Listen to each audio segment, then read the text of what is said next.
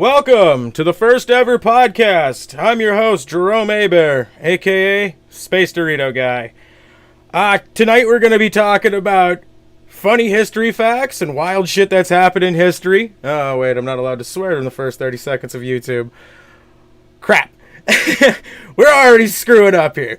We're also going to talk about crazy murder stories. Yes, I've come across a few of those and have decided we're going to talk about that tonight. And one other thing. We're going to talk about 9 true, well, more than likely not true, but 9 tales of cryptids throughout the United States and the world.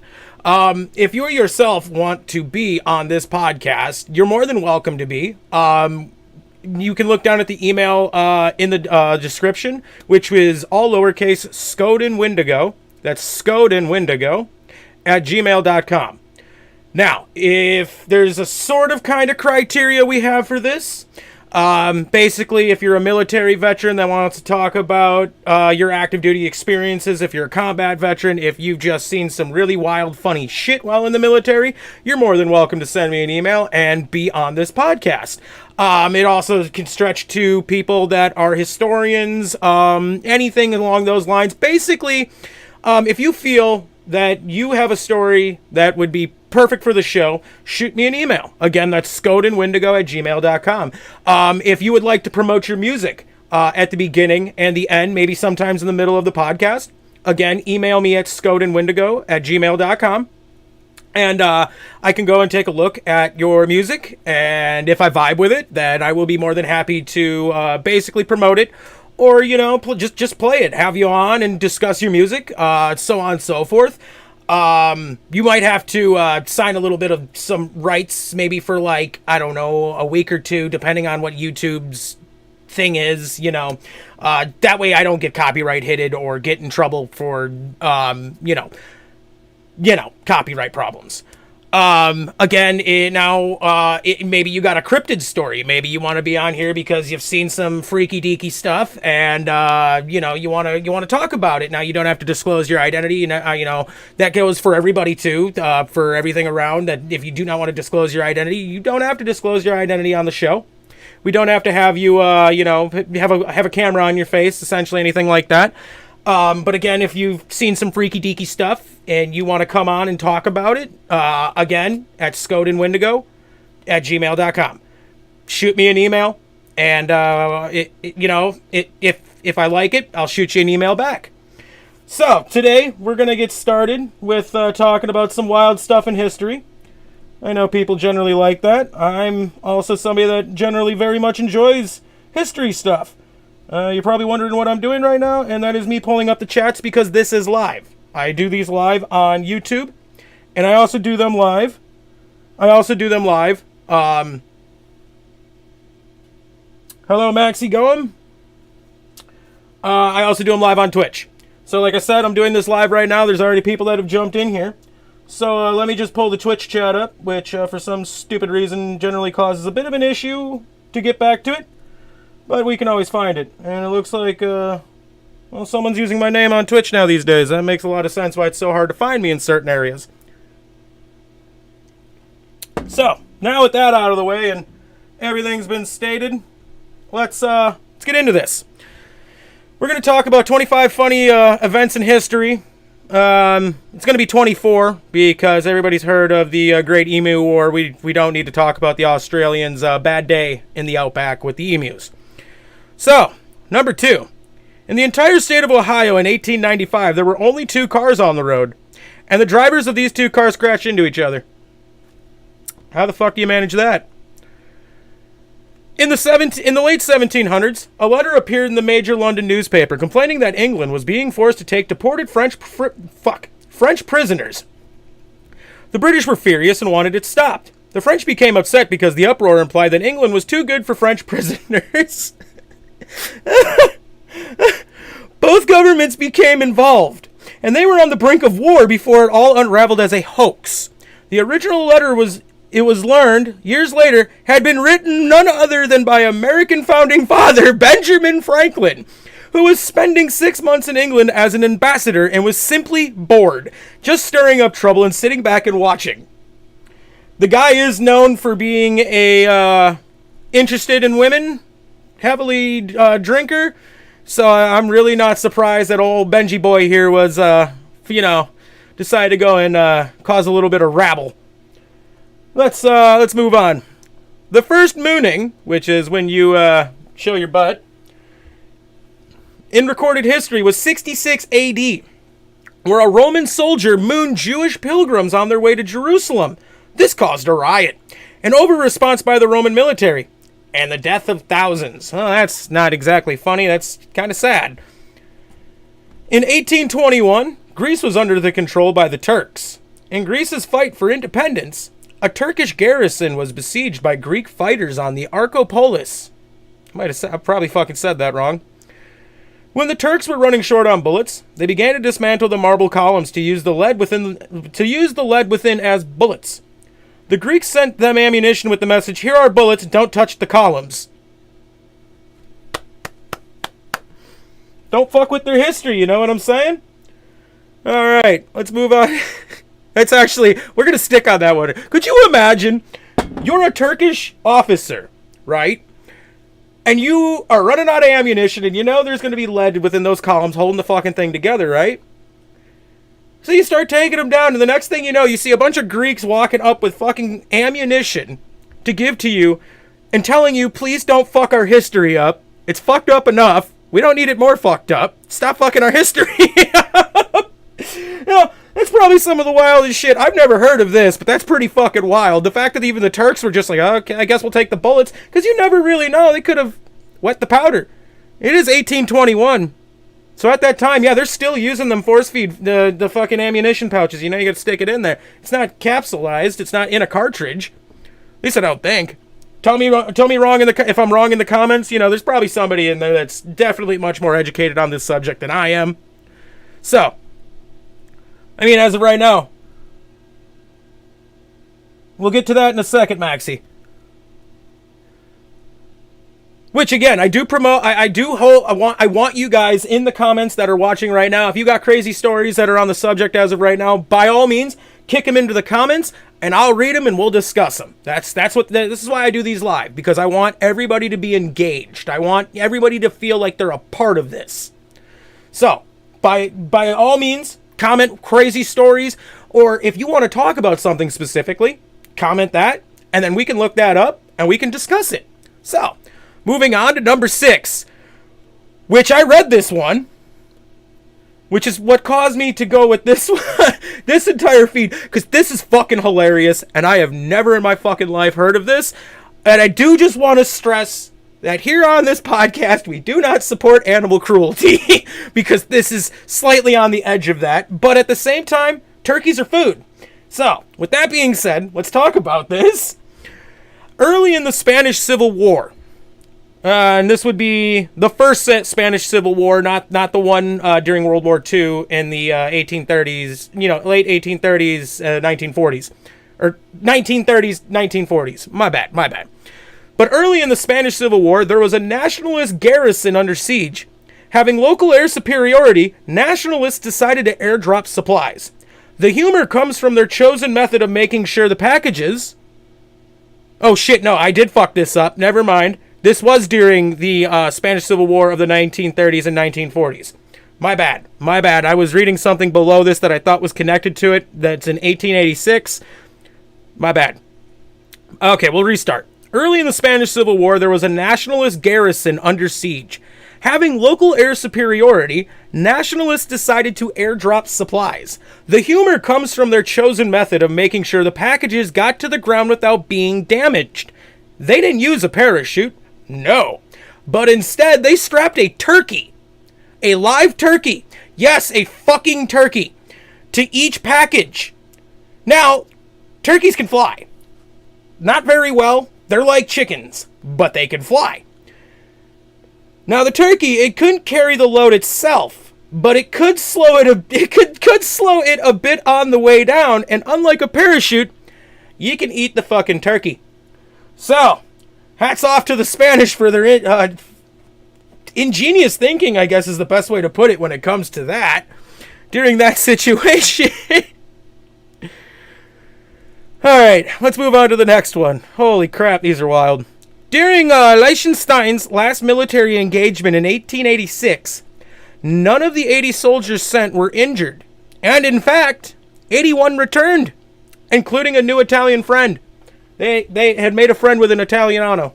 And he said, fuck it, I guess I'm going to come back to Germany with y'all. Again, if you guys have anything you want to discuss or talk about, throw it down into the comments section. We can discuss it. You're always more than welcome to be a part of the podcast and what's going on and what we're talking about. I have an ad blocker on right now for the website that I am on reading this, and I am at 14,200. It went up. 14,264 ads have been blocked on this website. Holy shit. All right. Number 8. During the French Revolution, when members of the Third Estate stormed the Bastille, they freed a grand total of 7 prisoners. They were the only ones in there at the time, and one of them was a drunk, lunatic Irish guy named White de Malville, who had no idea what the fuck was going on. But he was drunk and happy, and more than likely followed the French army out. Well, the French Revolutionary Guard, whatever the fuck they were called at the time. All right, number 9. Check the chats quick. All right, number 9. During the Opium War, the Chinese set monkeys on fire and launched them at British ships in an attempt to cause chaos. Holy shit, could you imagine a fucking monkey flying at you on fire? Hell yeah, it's going to cause some chaos. You're just sitting there, why there, chaps? It appears they're launching fiery heaps of hay at us. And all of a sudden, just a monkey lands on the deck, just on fire. Just starts fucking shit up. He's grabbing your fucking buddy, James, by his face, just ripping it off, chewing. He's on fire. There's monkeys everywhere on fire. There's British dudes freaking out because they're losing their tea. I mean, damn. That sounds like a really bad fucking day for them. Simple as that. I wouldn't want to be on that ship. Yeah? Gotta give the Chinese credit where it's always due. They are generally fucking one step ahead of everybody around them when it comes to creating new ways of causing chaos and warfare. Number 10. Between the announcement of Germany's surrender during World War II on radio to Joseph Stalin, the leader of, well, Joseph Stalin, but his proper pronunciation is Joseph, addressing of the nation 22 hours later, Russia literally ran out of vodka. They ran out of vodka. There was no more vodka to be had. Everybody was piss drunk. Can't blame them. I think that happened with some U.S. Marines when they landed in Iceland. They ate all the bacon and eggs on the fucking island, drank all the coffee, and then drank all the alcohol. Then got back on their ship and left. From the halls of Montezuma to the shores of Iceland, and we will eat your fucking bacon. Number 11. The direct cause of World War I was Archduke Ferdinand of Austria's assassination.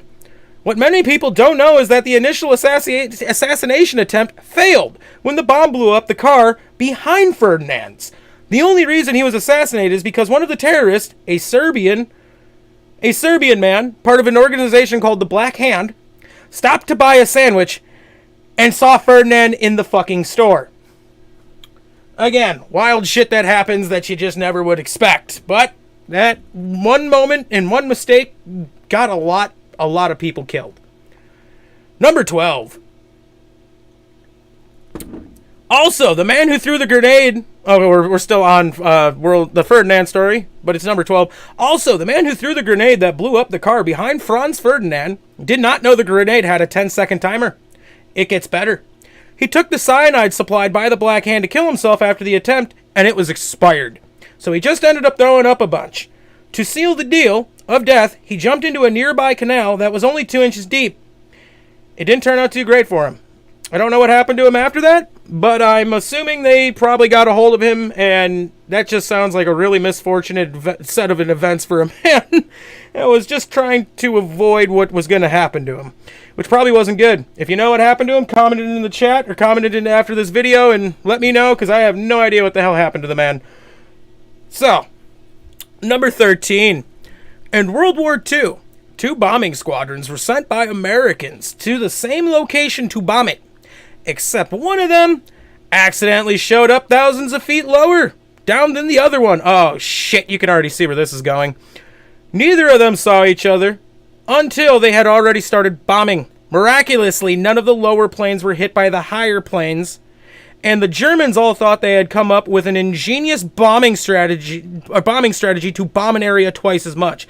It scared the Germans that the Allies had this level of skill. It goes to state that, as usual, the Americans' doctrine is so hard to comprehend because we ourselves don't know what the fuck we're actually doing. We're just doing it. Now, I would assume, with them flying one above here and one here, as they drop the bombs here, you know, they're going to stay and kind of like fall back where they're supposed to go, right? So I'm guessing is if they were both like that, the bombs were going back, and that's why nobody got hit.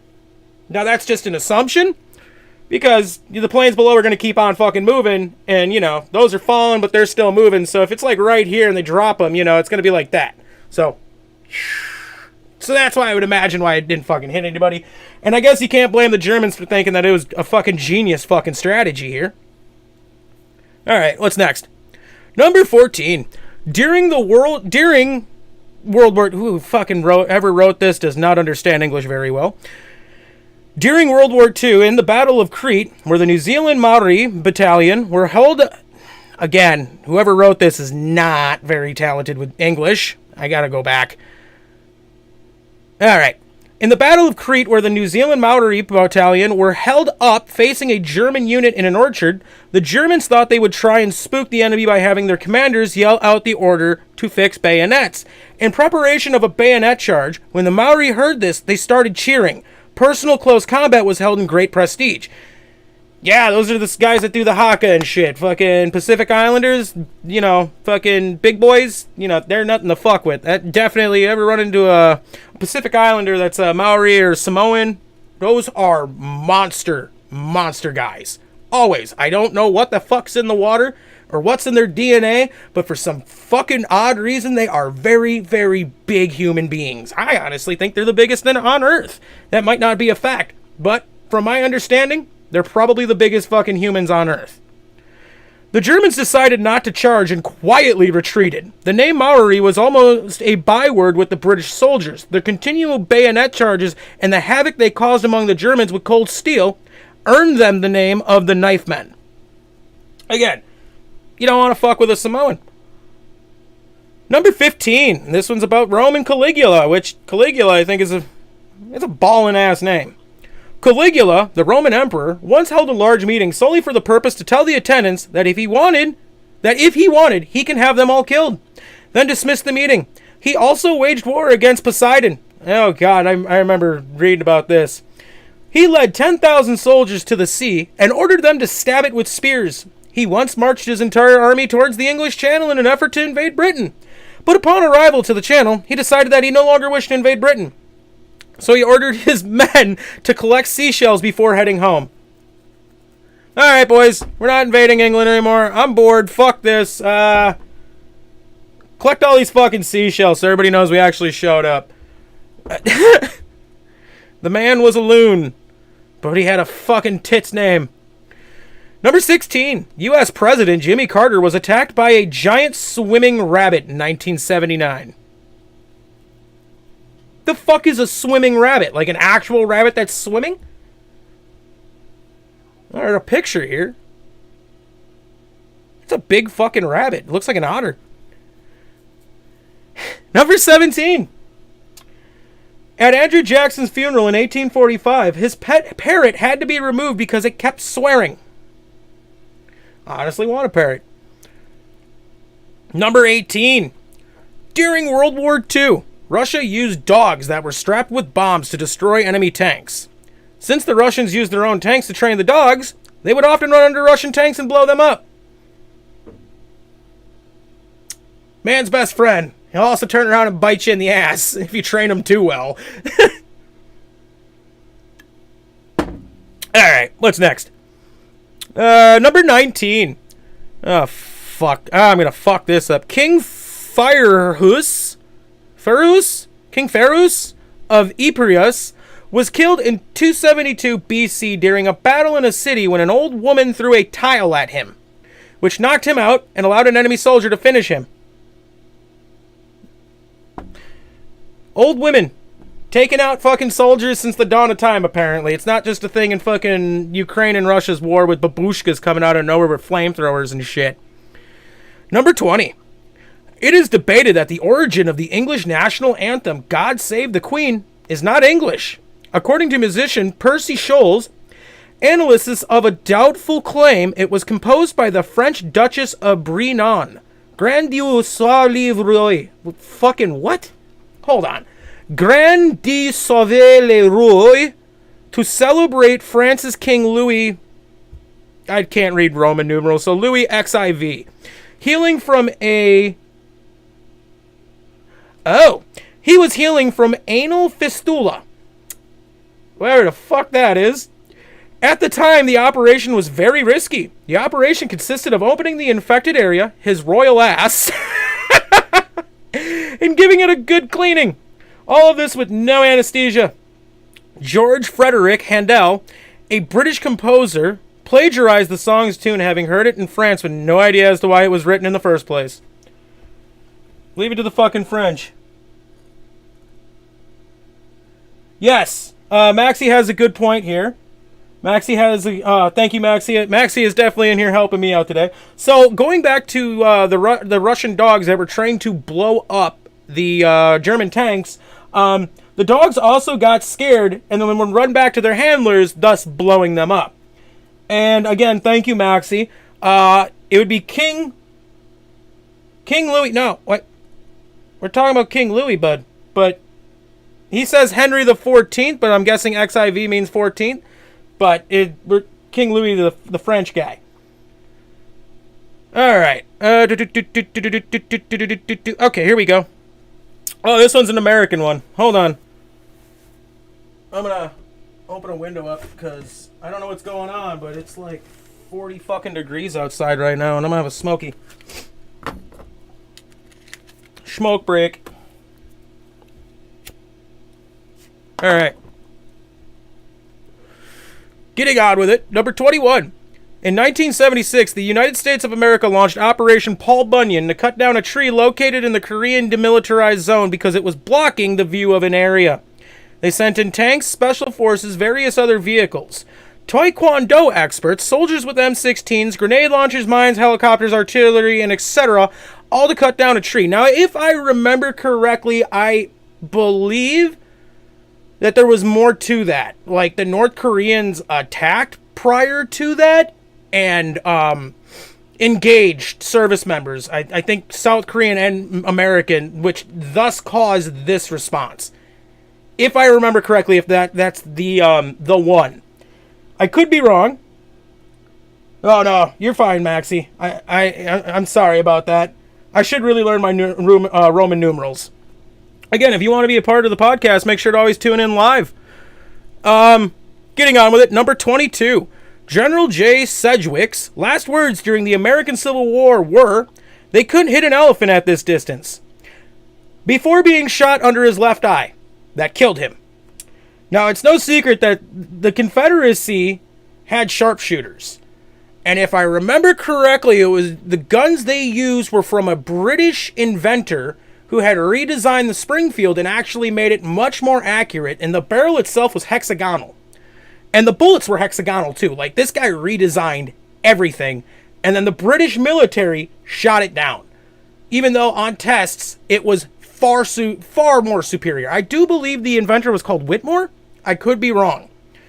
But yeah, that's what the Confederate weapon, as soon as the Civil War started, the Confederates started importing those guns, and they were devastating they were very good for good distance shooting. They were very accurate. What's next?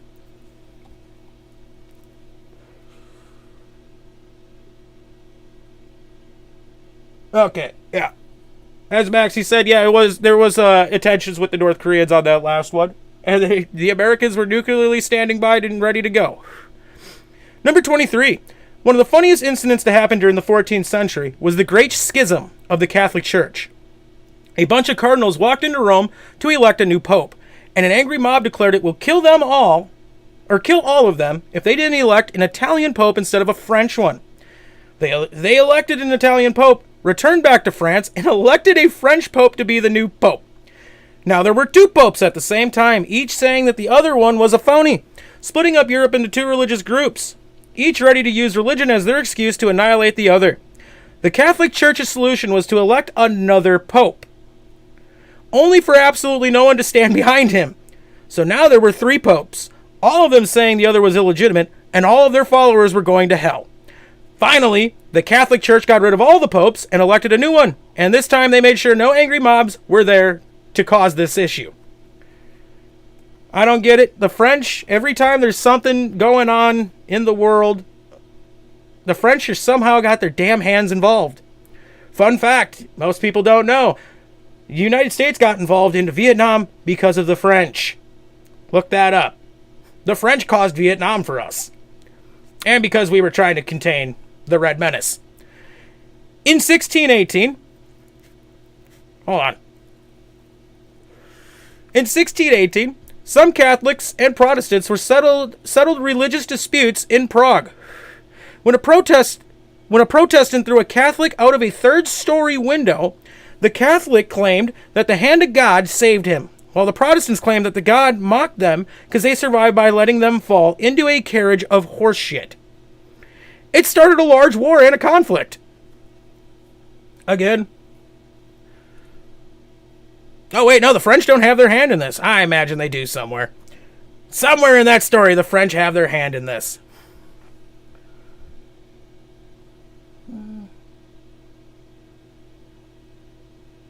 Yes, the first sharpshooters were from the American Revolution and targeted British and general commanders. Yes. Thank you, Tarl, for that piece of history. In the 1300s, some fellows... Well, this is number 5. Let me start back over. Number 25. In the 1300s, some fellows from Modena stole a bucket from Bologna. This story is wild and is still to this day going on. Both in Italy, resulting in a great deal of humiliation for the Bolognese. They declared war and had a battle with around 2,000 casualties split between both sides and failed to reclaim the bucket. Now, if I remember correctly, I think they actually ended up stealing the bucket back. I don't know if they stole it back or gave it back. But I do remember hearing something about that. Now, getting back up to it, Maxie has a piece of history here. The USS O'Bannon, which defeated a Japanese submarine by throwing potatoes at it because the Japanese thought they were grenades. I don't think you could blame them. Potatoes are a dangerous thing, especially if it's dark and you can't see what the hell you're getting tossed at you. Alright, so that's it for our 24 funny events in history. We're now going to move on to strange murder cases. Alright. We're now going to start with the Papin sisters, who murdered their bosses in cold blood. French sisters Leah and Christine Papin worked as live-in servants for the Lancelin family in France in 1926. Although it was reported that they acted quite odd, never talking to anyone but themselves and showing little interest in anything besides each other, according to historic mysteries, they did their work quickly and lived with the family for almost 7 years. Then one night, in February 1933, Mr. Lancelin, who had been waiting for his wife at a friend's house, came home to find her and their adult daughter dead on the floor in a pool of blood. Their eyes had been gouged out and their faces had been smashed in. Holy fuck, that must have been horrifying to be Mr. Lancelin and walk in and find that scene. Poor fucker. The Papin sisters were locked in their room after getting a locksmith to open the door. The police said they found the sisters lying on the bed together with a bloody hammer nearby. How the fuck does that work? Wait, hold on. The police said they found the sisters lying on the bed together with a bloody hammer. Oh, I had thought that they had managed to, smash each other's heads in, and I was thinking to myself, how the fuck does the last one do that? Do you just, Looney Tunes that shit and just start smacking yourself in the fucking head and hope to Christ you, smack your temple and cause a frickin' aneurysm? Alright, me and my brain wandering off not reading shit correctly. The Papin sisters immediately confessed to the crimes. While in prison, Christine became very distressed from being away from her sister and was eventually granted permission to see Leah. Reports said that the sisters seemed to be unnaturally close to each other, with some suggesting a sexual relationship. Ugh. Though doctors who examined the Pappan sisters denied evidence of that, if fucking Pornhub heard about this shit, I imagine they would fucking write a fucking screenplay for this. Nobody show this to Pornhub execs, because they'd fucking run with it, knowing them motherfuckers. A few months later, Christine suffered a mental breakdown and tried to gouge out her own eyes. After the trial, Christine was sentenced to life in prison, because she was the mastermind behind the entire murder. While Leah was eventually released from prison in 1943 and managed to get a job at a French hotel under a new identity. It is believed that she died in 1982, but this has never been confirmed because she had a new identity, and it's not like in today's age where people have Facebooks and Instagrams, TikToks, YouTubes. You leave an internet trail. As I always say, internet trail, internet trail, internet trail. So, in this day and age, it'd be a lot easier to identify something like that. Wow. My room is incredibly hot right now. You can probably see me sweating. I don't know what's going on, but the temperature is skyrocketing outside. It was negative, like 10 degrees last night. Now it's pushing almost 40 degrees. So I don't know what's going on right now. Hold on. Maxie says, and there was also, I must show it in, oh, because you said not to. What? Show it in pH. The fuck is pH? Like pH level? I'm confused, mate. That's a pretty wild murder. I mean, it's not the wildest thing I've ever heard, but it's pretty horrifying for the man that came home to find his family like that. It doesn't even state why they did it, which is another thing. Like, why did they do it? What was the underlying reason as to why these two women murdered? The world may never know at this point, I guess. Acid bath murderer John George Hay. Fucking no. John George Hay was a British serial killer active in the late 40s. He used to dispose of his victims' bodies by burning them in sulfuric acid, according to a forensics magazine. Oh, it is in the 40s, so I guess that would make sense with magazines at the time. Convinced he was getting away with murder, literally, because he mistakenly thought that without a body there was no crime, his arrogance is what ultimately got him caught when he led police to the remains of his sixth and final victim, 69-year-old Olive Durand Deacon. While on trial, Hay pleaded insanity and insisted to the court that he had drank the blood of his victims. He was found guilty in 1949 and hanged a few months later. I don't think you could get away with... I don't know why they allow so much pleading for insanity, especially in the modern era. They do it a lot. And in certain cases, you know, it's obvious the person's not insane whatsoever. And I don't understand our judicial system in this day and age. And clearly it hasn't changed. Other than the fact that, well, this guy didn't get away with this shit. Obviously, they hanged him. So, justice was served. Surprisingly. Generally, it isn't. Oh, PH is the hub. No, Maxie, do not send that to Pornhub. Whatever you do. In the late 80s. Okay, here we go. I should probably state it. Okay. Robert Burdella, the Butcher of Kansas. In the late 80s, Robert Burdella tortured and killed 6 men, chopped their bodies into small pieces, and stuffed their remains into a dog food bag. Well, dog food bags, according to the New York Daily News. He also kept detailed notes on each of his victims, which later helped investigators prove their murders. Burdella almost got away with it all, had it not been for his 7th would-be victim, 22-year-old Christopher Bryson, who managed to escape from the 2nd floor of Burdella's home. He may have not been caught if this man did not escape. Burdella was originally charged with sexual assault, but after police obtained a search warrant, they found human remains in other wallets of other victims. He was sentenced to life imprisonment and died of a heart attack in jail in 1992. That's a little fucked up. Well, he looks like the type of guy that'd do it. Moving on. Let me check chats quick. All right. Moving on. Dennis Nilsen, who murdered young men and kept their bodies.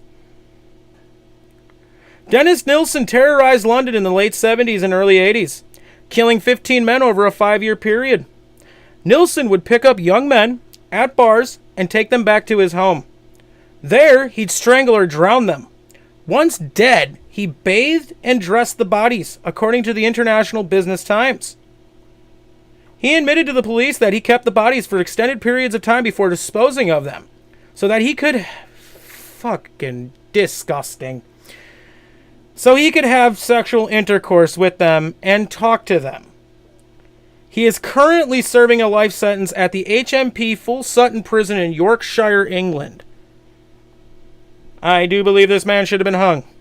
But, like I said, sometimes the judicial system does its job. Most of the time, it's slap you on the wristy. Moving on. Herb Baumeister, a serial killer who stashed bodies in his backyard. In the late 80s and 90s, Herbert Baumeister would lure gay men back to his pool house, then strangle them and dump them in the woods behind his home. According to People magazine, Baumeister had his pool area decorated with mannequins that were set up to seem like they were having a pool party. That should be your first red fucking flag. You gotta be a little loony to do something like that. I don't care if you think it's extravagant or like being eccentric. That's a huge red flag of this guy might be a little fucking nuts. Oh, my back. Ow. Baumeister's young son. Oh, he's got a young son. Oh, shit. Baumeister's young son, Eric, even stumbled upon the remains of one victim while he was playing in the backyard. Once Baumeister realized the police were onto him, he fled to Ontario, Canada, and shot himself in the head at Pinery Provincial Park. Provincial. What the fuck? Shot himself in the head at Pinery Provincial Park. Fucking weird name. In his suicide note, he blamed his failing marriage and business as the reason for his suicide and never confessed to any of these murders. Police estimated that Baumeister had killed somewhere between 10 to 20 people. Now that is a huge fucking margin for how many people this guy may possibly have killed. Like, let's be honest, if you're going to estimate between 10 to 20, that is a 10-body differential. So, again, I mean, I get it. What year was this? The late 80s and 90s? Okay, never mind. You know, the fucking law enforcement should be doing a better fucking job at this era. They've got forensics going on at the time. They should, should be able to narrow that fucking down to a closer margin. But, again, judicial system will judicial. Gertrude Baniszewski. Jesus, fuck me. It's Polish, I think. Gertrude Baniszewski, the torture mother. Looking at a picture of this woman, you wouldn't think she'd be this way, but fucking A, here we go. In 1965, police found the emaciated body of a 16-year-old Indianapolis resident, Sylvia Leekins. She was covered in cigarette burns and sprawled out on a filthy mattress in the home of 37-year-old Gertrude Baniszewski, according to the Indianapolis Monthly. Sylvia and her sister, Jenny, boarded with Baniszewski because their parents were carnival workers and traveled a lot. The girl's father paid Baniszewski $20 a week in exchange for housing his daughters. If the money arrived late, then Baniszewski would take out her anger on the girls. Eventually, she focused her beatings on Sylvia alone. But this wasn't a crime of an adult beating on a child. Baniszewski was the mother of 7 children, all of whom lived in the house and partook in the violence and the sadistic attacks against Sylvia. Neighborhood kids, some as young as 10, were invited to join in and watch. No one reported anything. It's a different era, but at the same time, it's disgusting. In October of 1965, Sylvia was beaten to death. Baniszewski apparently forced a neighbor to call the police and tell him Sylvia ran away. When police arrived at the home, Jenny Leekins, Sylvia's younger sister, apparently whispered to one of the officers, "Get me out of here and I'll tell you everything." which I'm assuming the officer, taking that as a fucking plea for help and doing his job, took her out of there and, well, let them know what the hell was going on. Baniszewski got 20 years in prison and was then released. She moved to Iowa. This is what I'm saying. How the fuck do you fucking murder somebody, especially a small child, and all you get is 20 years in prison? What the fuck? She moved to Iowa, changed her name, and died of lung cancer in 1990. The others, who were mainly children, all got away with short sentences, if any. Again, justice just not getting served. Catherine Knight, who tried to feed her husband to his children. What the fuck? That's disgusting. Catherine Knight, an Australian woman, stabbed her partner John Price to death. She stabbed the man 37 times. That's correct? Year 2000? Yes. 37 times in the year 2000. Knight then skinned him to death, decapitated his head, and cooked up parts of his body. She set her dining room table for two and served the cooked meat with baked potatoes and a side of vegetables. She placed handwritten notes next to each table setting with the names of Price's children on them. She was attempting to serve them their father for dinner. What the fuck? When police finally arrived at the house, they found Knight in a comatose state with pills spilled out on the floor. They also found Price's head boiling in a pot of soup on the stove. Knight was the first woman to be sentenced to life imprisonment without parole. She is currently serving her sentence in Silverwater Correctional Complex in New South Wales, Australia. That is fucking disgusting. Especially when you try to bring small children into that. That is just absolutely just horrifically disgusting. In this instance, she could probably go for insanity, but if I were the judge, I'd throw that shit out immediately and, like they did, throw the fucking book at her. And I probably would have threw the goddamn gavel too while I'm at it, hitting her right between her fucking eyes and making sure she went a little bit more cross-eyed than what she already is. Moving on. Jerry Brodos, the shoe fetish slayer. Oh, fuck me, this is going to be fucked up. I already know it. I already know this one's going to be fucking messed up. As soon as you bring fucking fetish into the conversation, you already know this is about to get a little fucked up. Where am I pulling these facts from? I am pulling them from multiple websites right now that I'm reading off. This one right now that I'm on is from Insider.com. The last one, I wouldn't recommend the fucking site because my ad blocker blocked almost 17,000 ads in the time period it took me to read those facts. So, I don't recommend that fucking website. Honestly, I should fucking... because it's probably slowing me PC down real quick. Well, yeah, I'm at 21,000 ads for this one. So we're going to back out of that real quick and go to this. Alright. Moving on. Again, we're talking about Jerry Brodos, the shoe fetish slayer. In January of 1968, a woman in Portland was terrorized by Jerry Brodos, a man who was alleged to have a foot fetish and four vanished complete... This is another website where whoever is typing this out is not very good at English. A man who was alleged to have a foot fetish and four vanished completely, according to the New York Daily... Are they saying, like, his fucking feet vanished completely, or four other people's feet vanished completely? Whoever wrote this story, do better. Like, fuck me sideways. If you're a fucking journalist and this is how you fucking type in shit, go back to school. For fuck's sake. So we're uncertain as to right now what they mean by four vanished completely, like four other people's feet just fucking magically vanished while they were sleeping, or four of his toes fucking vanished. We're completely in the loss for dark here, because whoever wrote this, again, is not very good at English. About a year later, a fisherman found the remains of a 22-year-old woman, Linda Saley,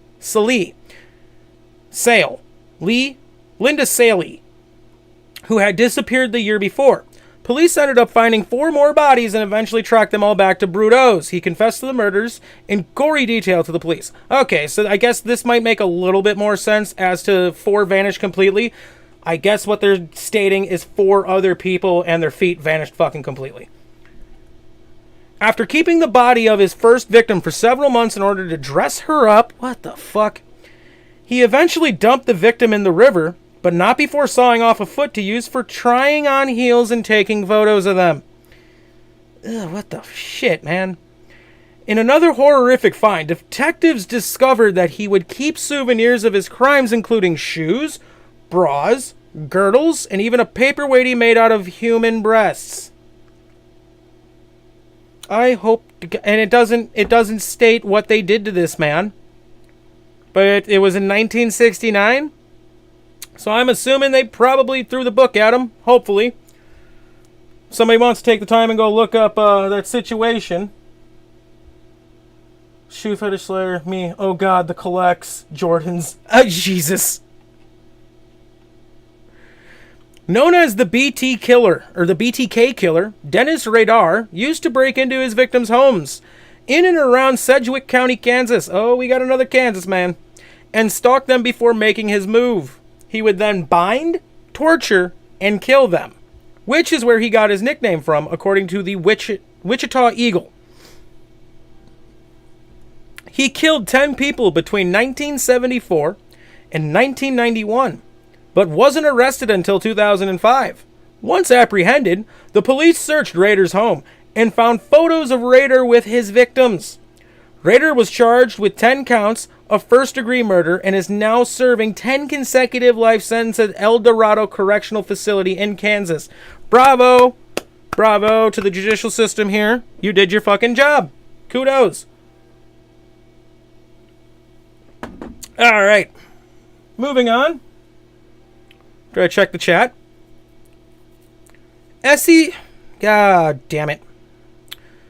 Issei Sagawa, the Japanese cannibal who still walks free. Holy fuck, please tell me this wasn't in the United States. The famous Japanese cannibal is notorious in his country. He grew up in a wealthy family, but always had the urge for human flesh. This motherfucker's a Wendigo. At 23, Sagawa was arrested for attempted rape, according to Culture Crossfire. He entered the apartment of a tall German woman living in Tokyo. I'm just going to assume she beat the absolute dog shit out of this guy if they had to add tall German woman. Fucking Helga wasn't going to take no shit. I'm guessing Helga probably put his ass through a fucking window. Let's read on and see if this is what actually happened. He entered the apartment of a tall German woman living in Tokyo and attacked her. Police didn't realize he was actually attempting to eat her, even though he bit off a piece of her flesh. Sagawa, who is 5 foot tall, later told Vice he was obsessed with taller Western women. I want to know if this woman beat the dog shit out of him, because she lived, so she must have started whipping his ass. Helga wasn't taking no shit in this instance, I'm assuming. At 32, Sagawa went to study literature in France. Hold the fuck on. So he did this at 23, and he didn't go to jail over this. This is fucking odd. There's no statement as to what fucking happened here. But now we move on to the next part, and it goes, at 32, Sagawa went to study literature in France, even receiving his PhD. Fuck. And my fucking mustache pokes me in my nose every now and then. It was there that he befriended a classmate, a 25-year-old Dutch woman named Renee Hardevelt. The friendship proved deadly for Hardevelt.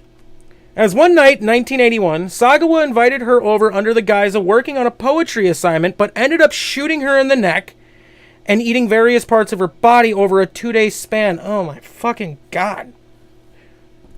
Why would you if he hit her in the proper T area of the spinal cord, it severs the brain from the body, but I don't know if that actually kills a person on impact. You might be suffering for a while. Fuck.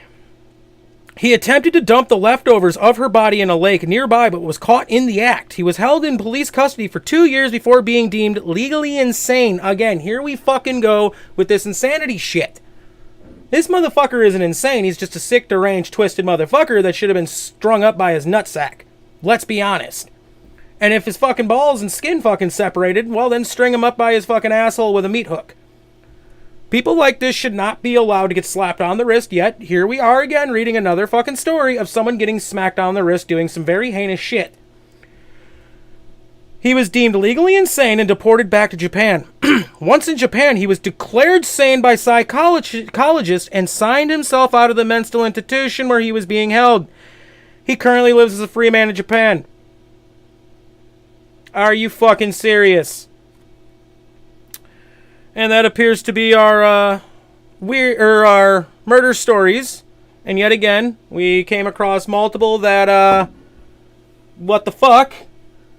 What are your if you want the chat, everybody that's in here, state your opinions and your thoughts on that, and we can discuss it real quick, and then we can move on to some cryptid tales. While you guys do that for a second, we'll look up a couple more funny, hilarious moments from history. Hopefully we don't get the same fucking one. I'm continuing without supporting you, and fuck your little ad blocker, because I've been in here for only a millisecond, and I'm already been hit with fucking 23 ads that I had to block. Alright. Nobody has any comments on what we just watched, or y'all still typing that out? Give it a second here.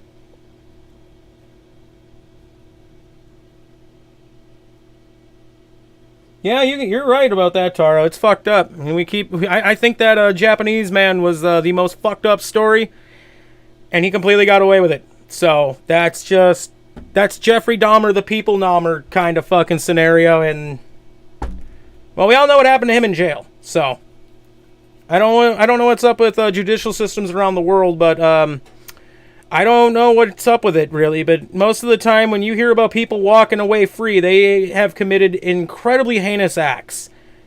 You never hear about somebody that, like, drunk drove and got slapped on the wrist or some shit like that. They generally get the book thrown at them. But you hear a lot about people eating people, murdering people, children, the whole 9 yards, and they get slapped on the wrist. It's very fucked up. We'll save that for another podcast, and we'll discuss that. Alright, moving on, we're going to go to some monster and cryptid stories. The cornfield creature. So this is like Jeepers Creepers, I'm assuming. Alright, so this is being from a man of southwestern Minnesota telling his tale of this. I'm going to finish that off.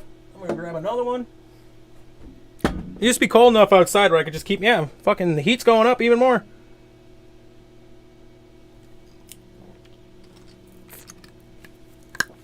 Oh, okay. I don't have a headset on. Alright, hey. Oh, shit. Hold on. Give me a second, guys. I gotta do something. Okay. We're back. Nobody has any comments on that? Alright, moving on. Let's get to work. The cornfield creature, a.k.a. Jeepers fucking Creepers. Where'd you get them beepers, dear guy? I used to work at a cheese factory on the edge of a cornfield in southwestern Minnesota. There was a series of days in the summer of 2004 and 2005 where it was so hot that the milk being delivered to us in trucks would evaporate before it got there. Now, my father used to be a milk hauler after he hauled jet fuel. And this isn't far-fetched because this was during that time when he used to take me on runs in his semi when he was hauling milk. And that actually happened a few times to us when I was with him. We would get to like Saputo Cheese Factory or other cheese factories throughout northeastern and northern Wisconsin.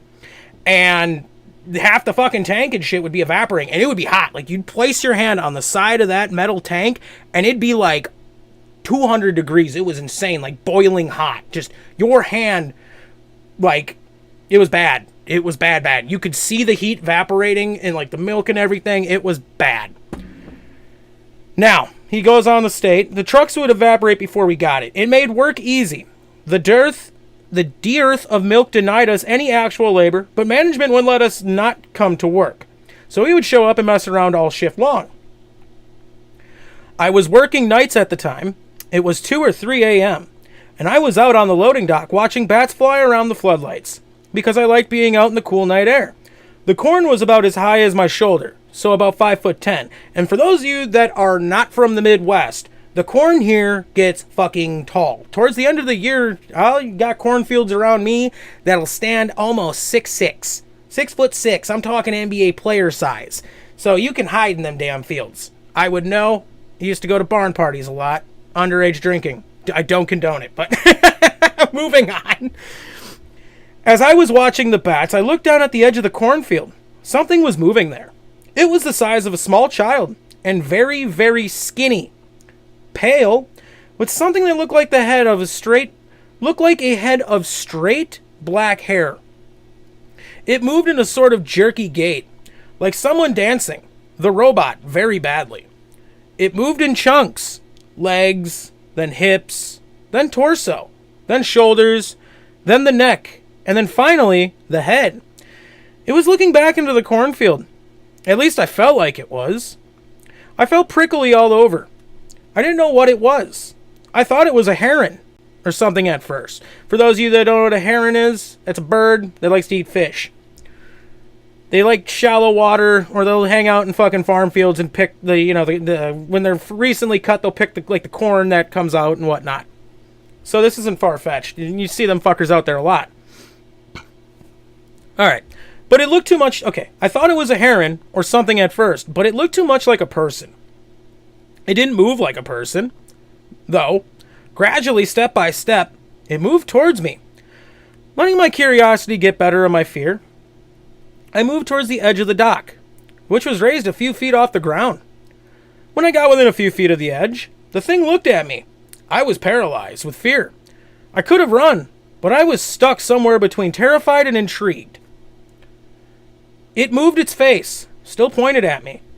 It ratcheted its body in that disconcerting, jerky movement toward the cornfield and went into it. I tried to watch where the field moved as it passed, but the corn remained perfectly still. I noticed that all the crickets were silent, which is your first fucking sign shit's bad.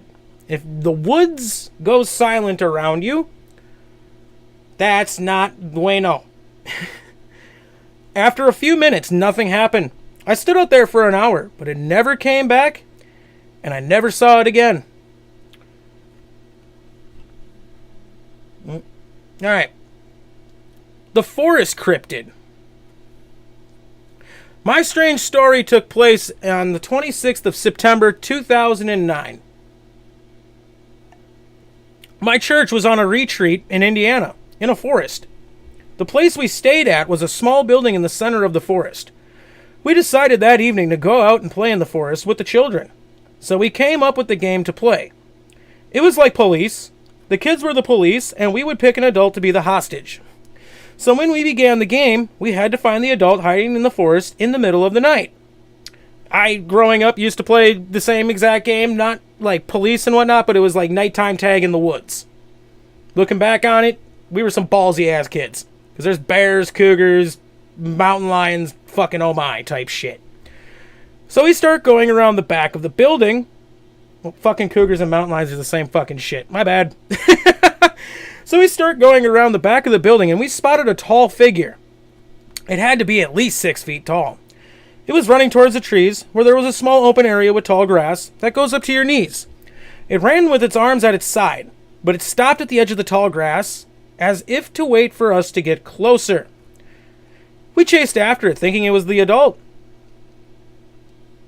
When we were finally a few yards away, it dove into the grass and started to crawl very fast. Almost snake-like. We got weirded out, but stood there staring at it. When it got across the tall grass, it began to climb a tree.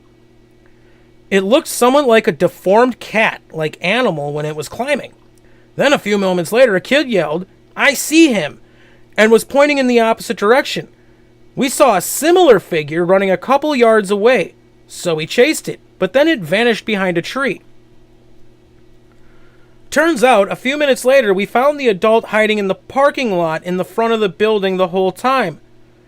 So who knows what we saw that night in that forest? At least 15 kids saw the thing with me, and I know I'm not crazy. I mean, it doesn't seem crazy, but it sounds just a wee bit little crazy. I broke my whole leg. How did you break your whole leg? Moving on. I was driving on Broadkill Road in Broadkill Beach, Delaware, around dusk in July of 2007. This road borders a swamp area, standing on the side of the road by the swamp. My daughter and I saw a creature like we had never seen before. It stood about 2.5 to 3 feet tall, with long legs, a tan body, a flat, almost puggish face, and a long tail. This sounds like some, especially if it's in Delaware, this sounds like some like nuclear genetic mutation, and it's probably just like a human child that was walking its pug and they fucking morphed together. And now you got fucking like toddler pug man, or whatever the fuck you want to call it. It had small ears and looked to be around 30 pounds. I'm telling you, I'm onto something here. It's a fucking toddler pug man. Man bear toddler man. Or fucking child pug bear thing. My other daughter and her friend also saw this same animal the year before around the same area. So you've seen it fucking twice in the same area. Alright. Except it was night, and it ran in front of their car. I asked the lady who owned the Broadkill Beach store about it, and she said she had seen it once when she was dirt biking with her dad in that area years prior. And both her and her dad had no idea what the fuck it was, even though she was raised around the Broadkill area. She said, "We were lucky to have spotted it as very few people have seen it. We went to the Prime Hook Reserve." This is what the swampy area is called. So the Prime Hook Reserve Museum, and they had no idea what it could be. I am wondering if anyone else has ever seen what the heck this is. I like I said, fucking toddler, pug, fucking child, bear, pig thing would be the best fucking course of statement for that, I guess, right? I don't know. Florida sea monster. You already know this is going to be fucking wild if it's got Florida in it. This story takes place, I think, in the summer of 1995, making me 9 years old. Practically every other year, my family would take a trip to Florida. We would usually go to Disney World, but my mother was getting sick of that. So that year, we actually didn't go to Disney World to my sister. We actually didn't go to Disney World to my sisters, and to my dismay, on one of these days, we were on a beach. I don't remember. Oh, wait, what the fuck? Again, people that don't know how to English. Okay, so we would usually go to Disney World, but my mother was getting sick of that. So that year, we actually didn't go to Disney World, but instead went to my sister's to my dismay. I gotta start proofreading this shit before I start, and so I can make some corrections to the dipshits that are typing this out. On one of these days, we were on a beach. I don't remember what the beach was called, but the people sitting next to us mentioned it being the bottom tip of Florida. After a while of nothing happening, everybody was either in the ocean or sunbathing silently. A woman was sitting left to us, and then pointed past us to our right asking, "What the fuck is that?" We all turned and looked to a surprisingly vacant corner of the beach. There were no people down there. But what was there was something really strange. It was a cracked out, messed out Florida man wrestling with a gator.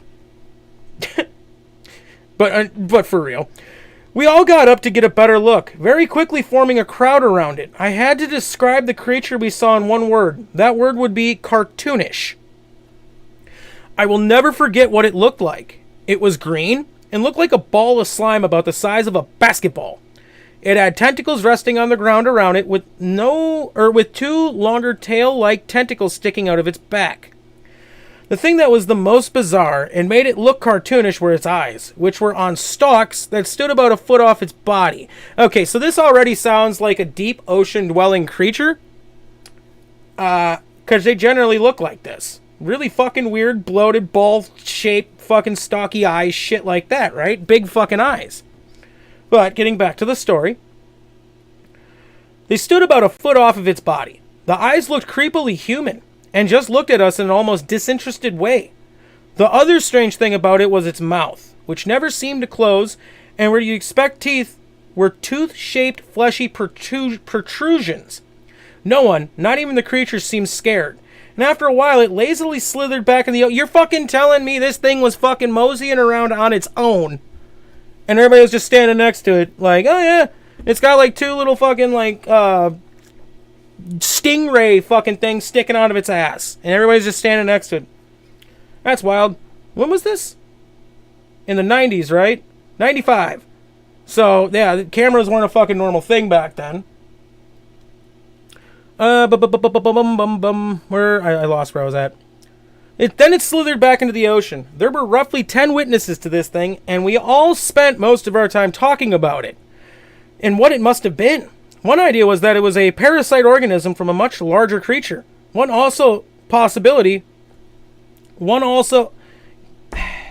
again, bad English. One also possibility never identified. Also, another possibility that was never identified. There we go. Oh, you knew it was coming. The fucking Mothman. You will never believe what I saw one very cold, dry November night. My family and I moved into a new house upon a hill on a little back road in the very small town of Fort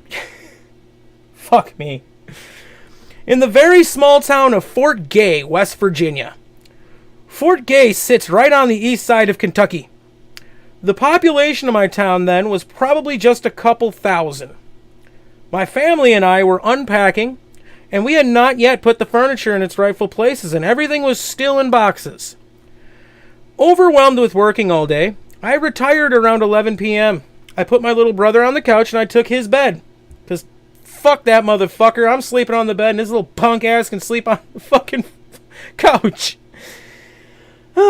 Since my bed wasn't put together yet, it's exactly what I was like, fuck you, little man, I'm taking your bed, you go sleep on the couch. And he was like, no, why would you do that? And being the bigger brother, like, what the fuck you gonna do about it? Square up, little man.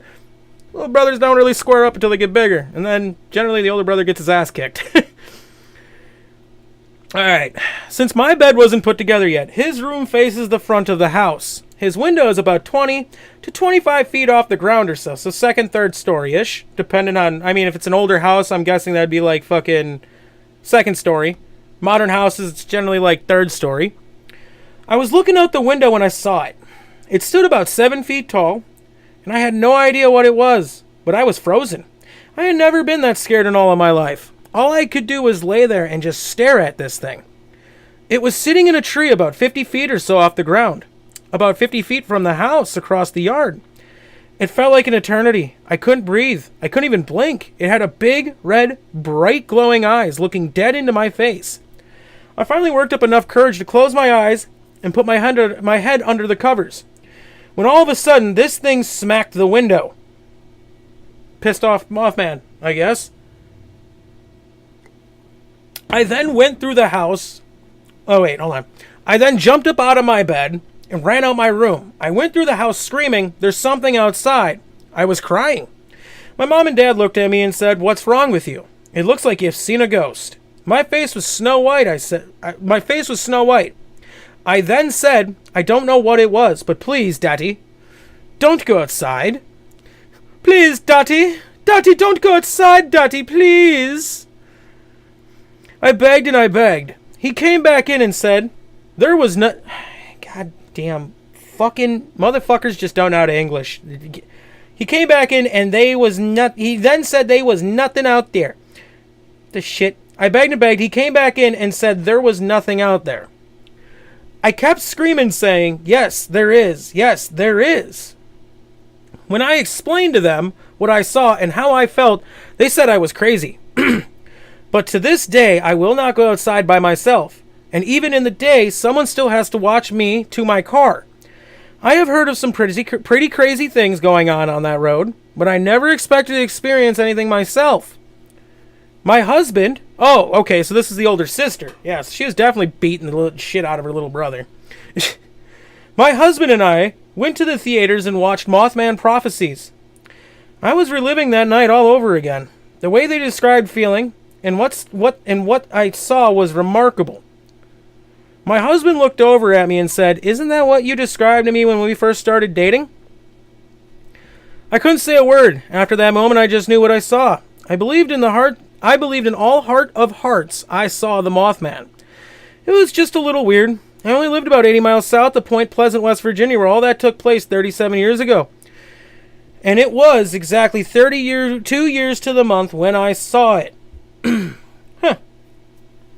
That's a little fucking freaky deaky, don't you guys think? The Kitsune, the Fox Spirit.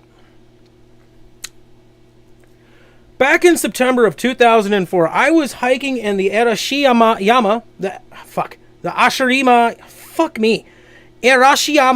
area outside of Kyoto, Japan.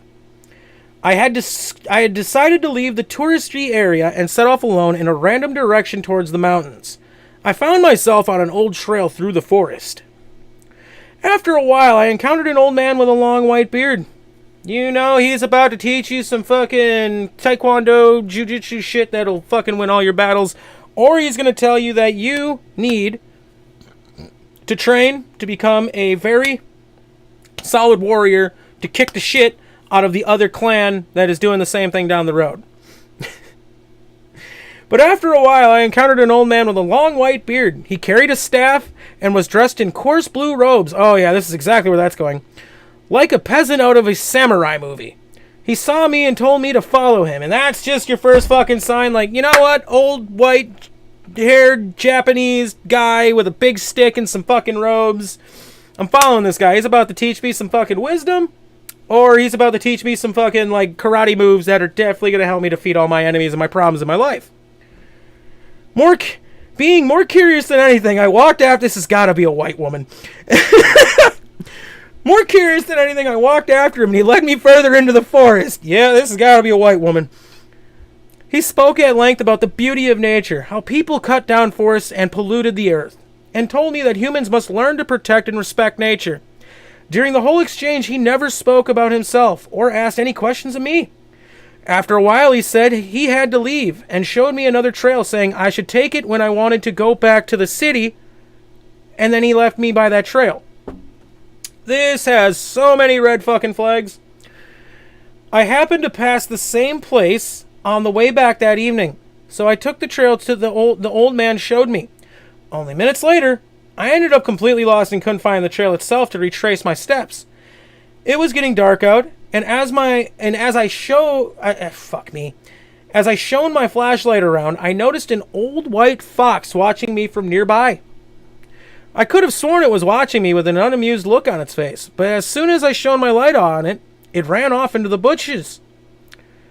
I remember reading all sorts of Japanese stories and legends about fox spirits that can take human form, and I feel like I may have seen one that day. Okay, but what happened afterwards? What also kept going? I'm really confused. White women, you guys have a lot of faith in people. We'll just leave that at that. The reason why we always read about them in really bad situations, I'm assuming, right? Right, yeah. Oh, Ki Tasune. Okay, Ki Tasune. Thank you, Tara. Alright, next up we have the invisible sprinting humanoids. The fuck does that work? Working as a police motorway patrol woman in Portsmouth, England, I am frequently confronted with situations that are both bizarre and unnerving. However, the incident that occurred on the 25th of November last year is by far the most unusual of them all. During a routine speed camera setup in the city around 6:30 p.m., at which time it was completely dark, our speed trap picked up a random tracings of non-existent objects hurtling past at 30 to 40 miles an hour. It's probably a bat. The devices are not actually known to malfunction. That's a load of shit. So we trained the camera on the road surface to see what we picked up. Sitting in the back of the patrol van, we were shocked to discover on the screen that the camera was picking up what could only be described as human figures running up and down the street approximately 40 feet away from the vehicle, only barely visible through the night vision filter. But if they're fucking invisible... Okay, I'm not going to question it. They were of average height and had a silvery hue and were sprinting up and down the central reservation, the dividing surface between the two opposite lanes on a motorway. God, I'm going to shave this damn mustache. Repeatedly and very fast. I admit I did not exit the vehicle to investigate, but apparently I didn't have to. Only about 10 feet away at the side of the road, one of these silvery entities just appeared on the screen. Female, approximately 6 feet tall, and standing motionless facing away from the van. She was dressed in scantily clad clothing, not unlike that a young woman on an evening out may wear. Okay. I was extremely freaked out, especially considering that the leaning out of the vehicle, fucking shiza. I was extremely freaked out, especially considering that leaning out of the window, there was absolutely no evidence of anyone standing that close to the vehicle.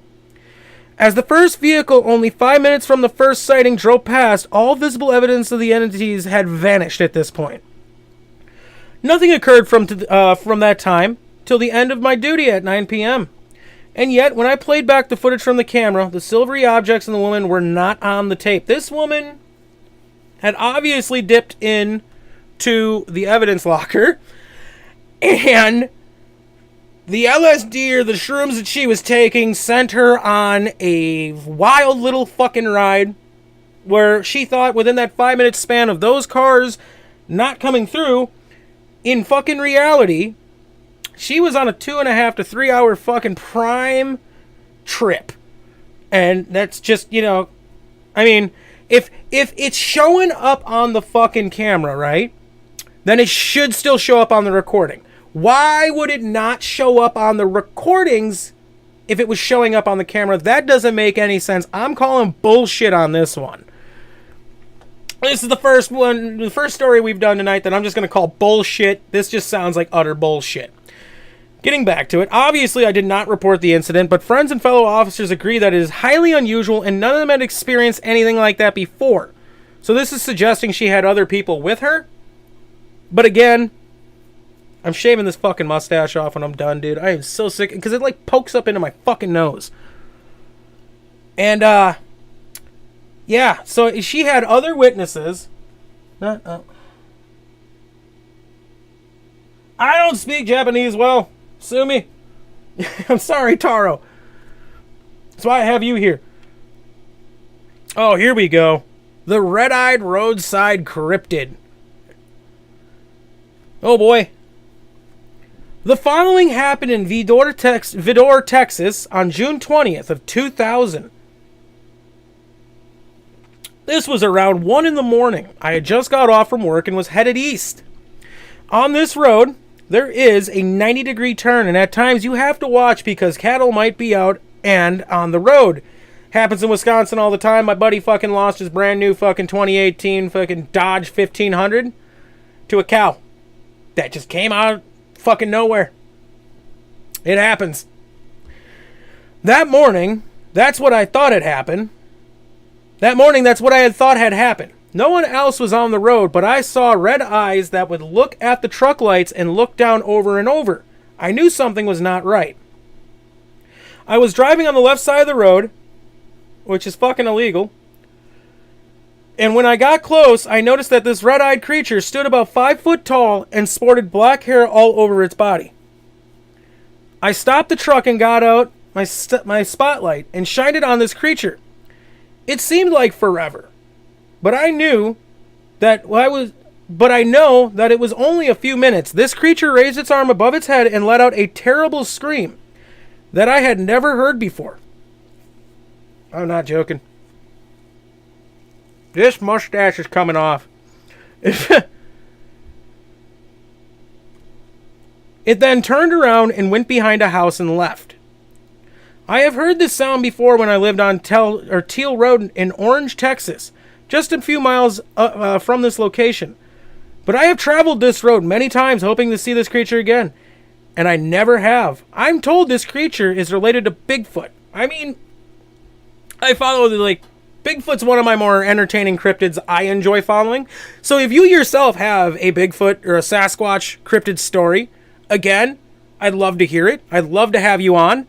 Again, email me at skodenwendigo@gmail.com.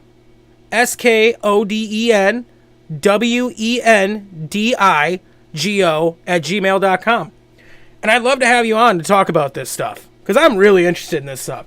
Now, if it was a 5 foot tall supposed Sasquatch, it's more than likely a juvenile and a very young one.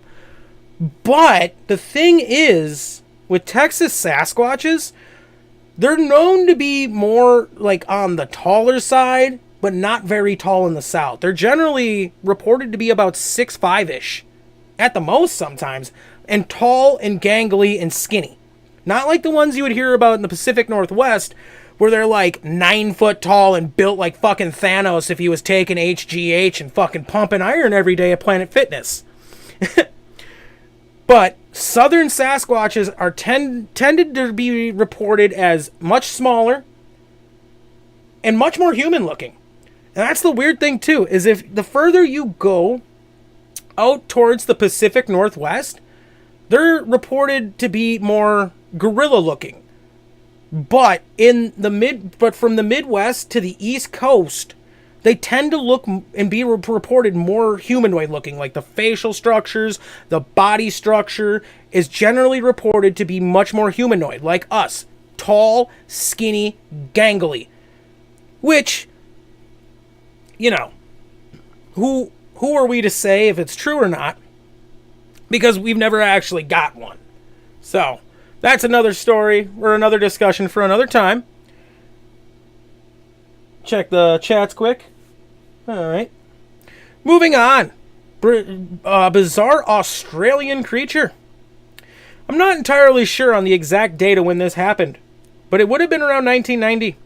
Maybe in spring or summer. Living in Australia, you are bound to see strange things from time to time, although most have an explanation behind them. This one is different, though. I was young at the time, probably 9 or so, and my family was having a barbecue in the backyard of our house. We were all sitting at this table on the patio, eating and talking, not really paying attention to anything surrounding us. Suddenly, I heard a plop noise come from the left cover of the garden along the back fence. I immediately turned and looked to see what had made the noise. I'm gonna shave this damn mustache. To my horror, I saw a small blue creature look at me, then run into the shrubbery. A shrubbery? Not the shrubbery! It was about 15 centimeters, 6 inches tall. Oh god, it's a fucking Smurf. It's a Smurf story. It's a fucking Smurf story. Fucking Papa Smurf showed up trying to get himself some of that fucking Australian fucking ganja. And this kid fucking decided to fucking stop Papa Smurf from getting his smoke on. What a dick. It was about 6 inches tall and on all fours. It didn't have any toes that I could see. It's 6 inches fucking tall. How the fuck are you going to be able to see if it's got toes or not? Its face was vertically oval shaped, with small black eyes, a long protruding nose, and a grimacing mouth filled with almost needle-like teeth. The outer of the face was dark, blue, sort of like a mane, but it looked hairless. The rest of the face and body was light blue. It's fucking it's Papa Smurf. And the body was light blue. The best I can describe the body is like that of a lion, except with short legs, no tail, and less sculpted. So, Papa Smurf, turns out he's a fucking cryptid fucking lion looking ass thing roaming around Australia, just trying to steal some of the locals' fucking weed out of their garden. Who would have thought? I wouldn't have thought. I looked at my brother and he said, "What was that?" He had seen it, too. When my mum calmed us down, she took my brother and me to the separate rooms of the house and got us to draw what we had seen. We both drew the same thing. What the fuck? Was mom like a fucking work for the fucking constable? Which is their police and shit, and was just like, draw the sketch. Where did it touch you, motherfucker? Where did Papa Smurf the lion thing touch you? We both drew the same thing. I was terrified for the rest of the night. To this day, I still don't know what the creature was, that I saw. But it still gives me the creeps. Alright. And that seems to be what we got for cryptid encounters. We could do another one here shortly. But we can move back on to more... And this one will be the top 10 most hilarious moments from history. So getting back to hilarious things in history. American soldier is trapped by Nazis, laughs in their face, pulls out a machine gun, and kills 21 of them. Oh, fucking boy. If that ain't the most American shit I've ever heard. Alright. Let's get started. I'm going to light a smoke for this. It's not a long story, it looks like.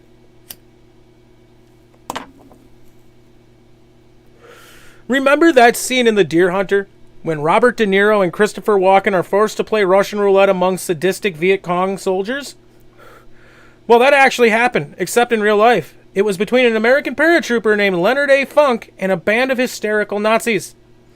Funk was trapped between enemy lines, his comrades kneeling in surrender, when he faced a growling, pissed-off German soldier who was grilling him to release information. Not knowing what the hell he was saying, Funk started laughing uncontrollably, and soon other Germans joined in the fun. Once he had them thoroughly distracted, he whipped out his Thompson submachine gun. Where the fuck did he have this hidden? You're telling me that this guy managed to cloak a fucking Thompson submachine gun on him while he's being interrogated by the Germans. Nobody took this gun off him. Nobody removed this firearm from this man. How the fuck do you cloak a goddamn Thompson machine gun? The magazines on them motherfuckers are at least like half a foot to a foot fucking long. Or maybe he had a drum on the bastard. I mean, they're not notorious for having drums on them in World War II, but still, how the hell do you cloak a fucking Thompson machine gun? But anyways, he whipped out his Thompson submachine gun and literally cut the head of the Nazi in half with bullets. As he reloaded, he screamed for the other Americans to join in the counterattack. Okay, so this is starting to seem like they were in a house or behind a wall or something, and the Germans just immediately decided they were going to start yelling out for information to interrogate, but more than likely, what they were really yelling out was for the Americans to lay down their arms and surrender.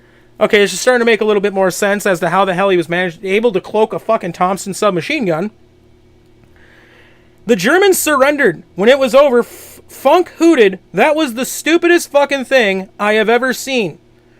What makes this John McClane-like sequence even more absurd is the fact that Funk himself was only 5'6" and 140 pounds, which doesn't mean shit. I mean, when it comes to modern combat, size does not mean jack shit in a gunfight. Actually, the smaller you are, the better equipped you are. You're harder to fucking hit. You can hide behind cover and other things much more easily than somebody per se my size at 6 foot tall. It's not, you have an advantage. This is where being the little guy actually comes into play. Look at the Gurkhas. The Gurkhas are notorious for hand-to-hand combat and shit like that, but also, when you read about their stories of heroism and shit, anybody that has recounts of them, they're really fucking hard to hit, because they're really fucking small guys. They're not big dudes, but they will beat the dog shit out of you. Alright, he was later awarded the Medal of Honor for his actions. I would have liked them to explain exactly more as to the situation, but I'm just going to assume again they were like trapped in a house or behind a hedgerow or something of that scenario that allowed the man to have his weapon on him still. I'm not thinking here at this point anymore he was captured, because there's no fucking way you're concealing a submachine gun on you, like, at all. There's no fucking way. Let me check the chats quick. Alright. Moving on. 2 Englishmen hang a monkey because they thought it was a Frenchman. The hatred for the French doesn't cease even to this day. During the Napoleonic Wars, residents of a small northern England town called Hartlepool witnessed a French ship capsize off the coast. They found that everyone on board died, except for a little monkey, which they saw hanging onto a piece of rubbish. As subjects of severe wartime propaganda, the Englishmen believed that the monkey was an actual Frenchman. No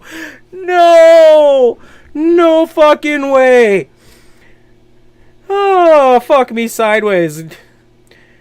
The Englishmen believed that the monkey was an actual Frenchman, but they also saw that the monkey was dressed in full French military regalia, which confused them even more.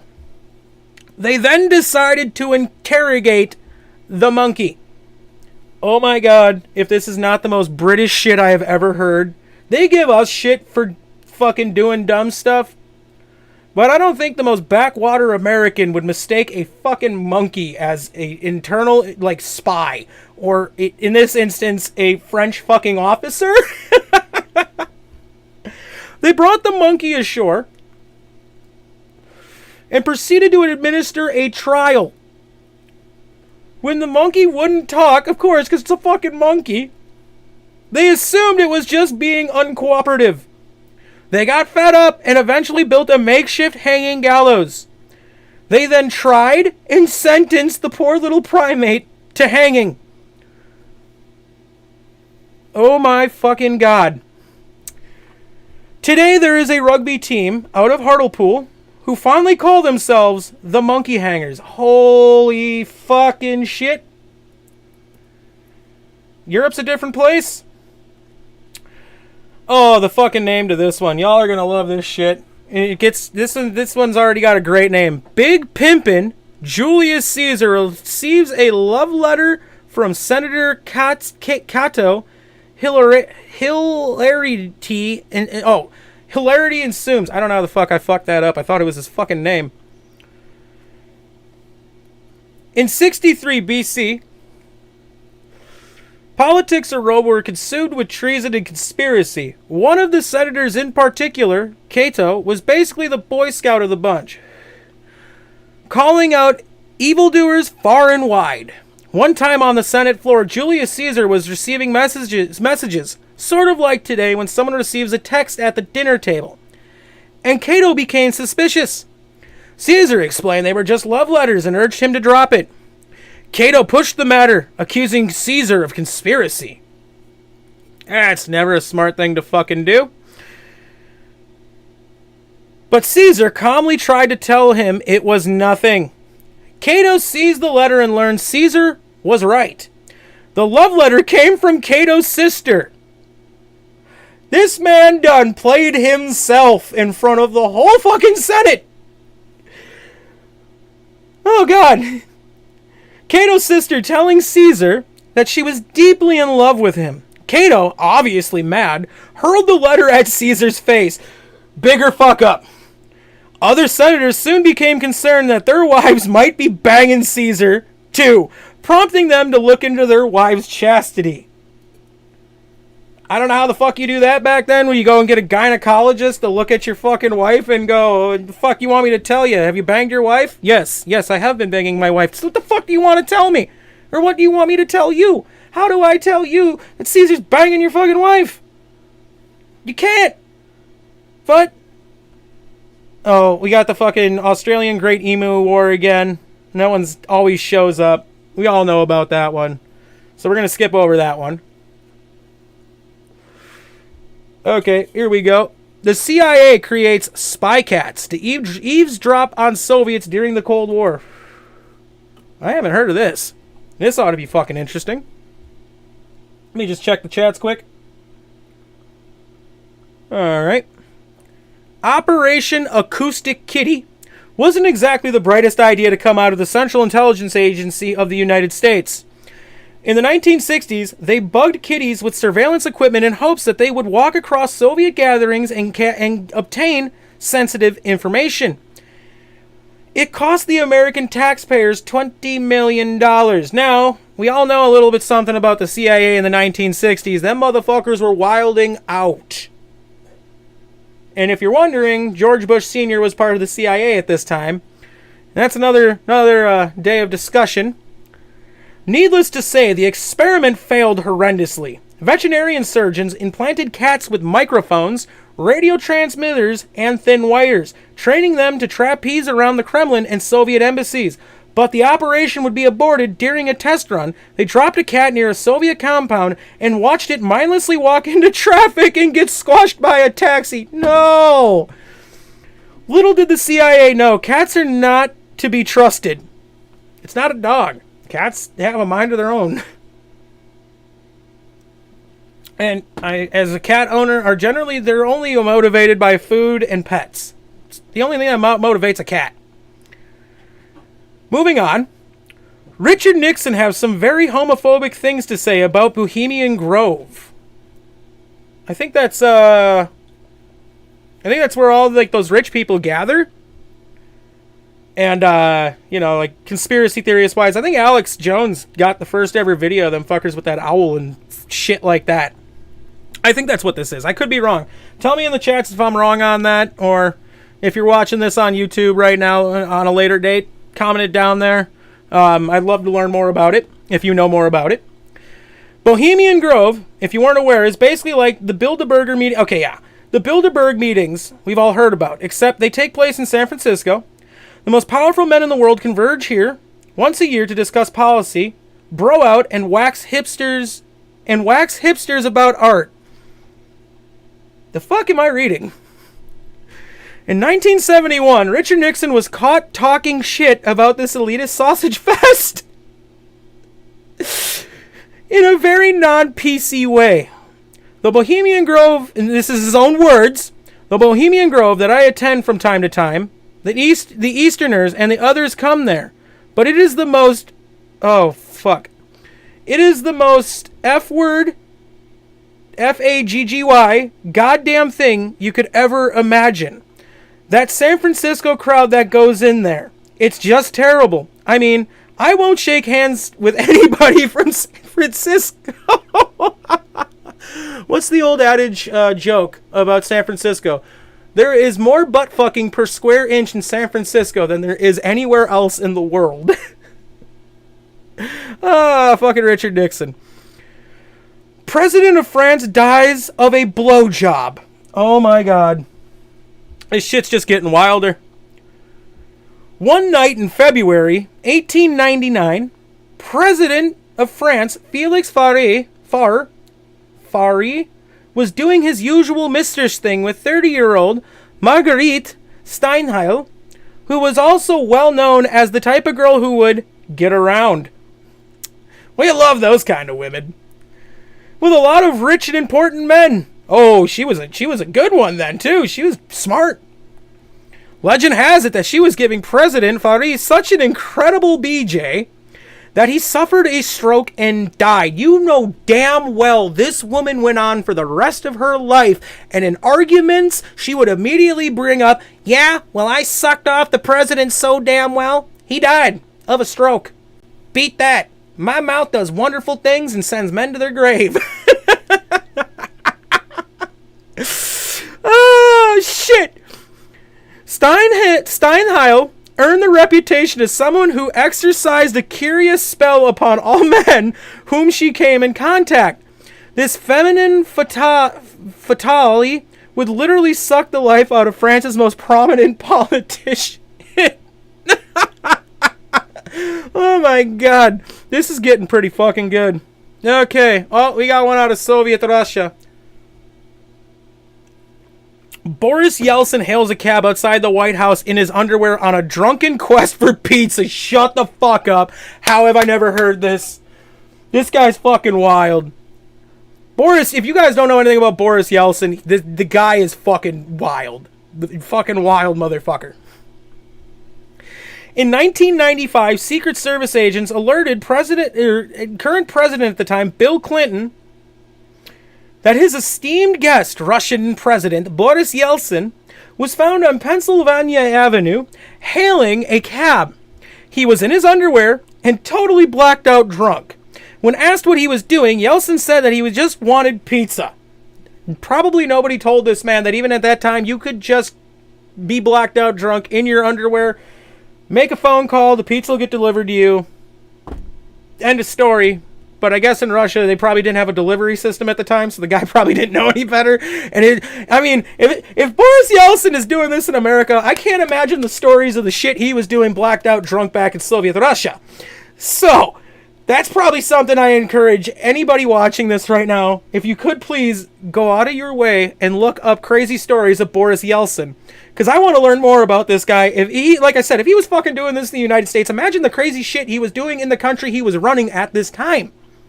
Well, probably after this time. I don't remember when Vladimir Putin was given the fucking reins, but I do know Boris Yeltsin was the one that gave him the reins. Getting back to it, one could safely assume Yeltsin had a bad influence on Clinton, as they were buddies and often got into silly bromance antics with each other. Like I said, fucking Yeltsin the guy was fucking wild. I know that. And fucking Bill Clinton, the most notorious motherfucking president to fucking ever grace us, pretty much, next to like George Bush fucking Jr. as a fucking comedian. I mean, imagine you fucking watching your president, he just throws some slick shades on, he's just playing the fucking saxophone, he's killing it. He's fucking killing it. Moving on. Let me check chats quick. Alright. Roman soldiers, we already read about this. Attila the Hun dies of a nosebleed on his wedding night. She must have been fine as hell when them clothes dropped. A man whose life was rife with killing and conquering massive swaths of land died in the most unceremonious of ways.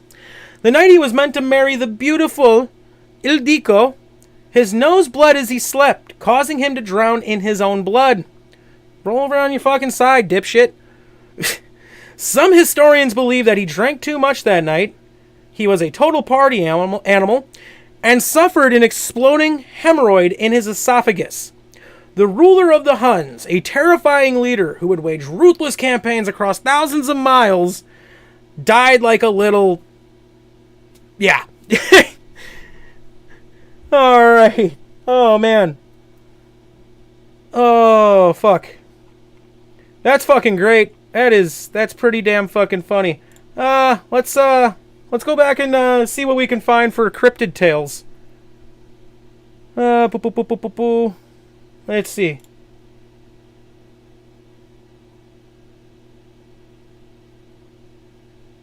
Okay, this is just not what I'm looking for. So we'll back up real quick.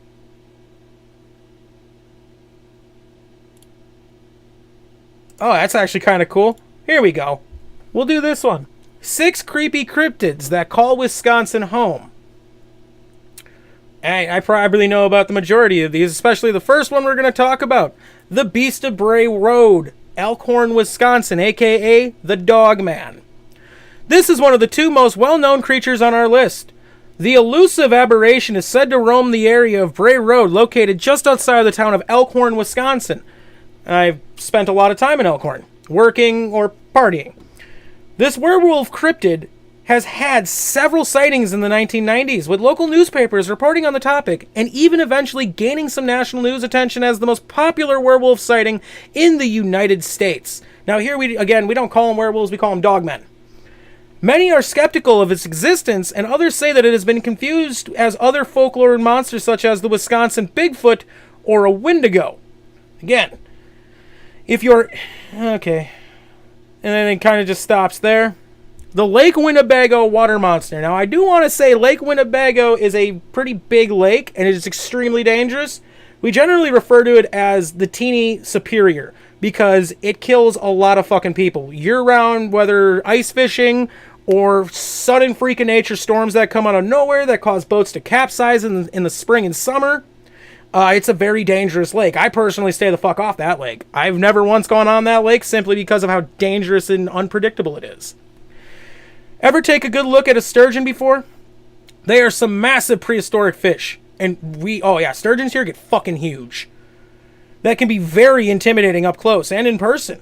This combination of size and roots make for some creative folklore, such as the inspiration for the Lake Winnebago water monster. Some say it's a sea serpent. Others say it's a colossal sturgeon.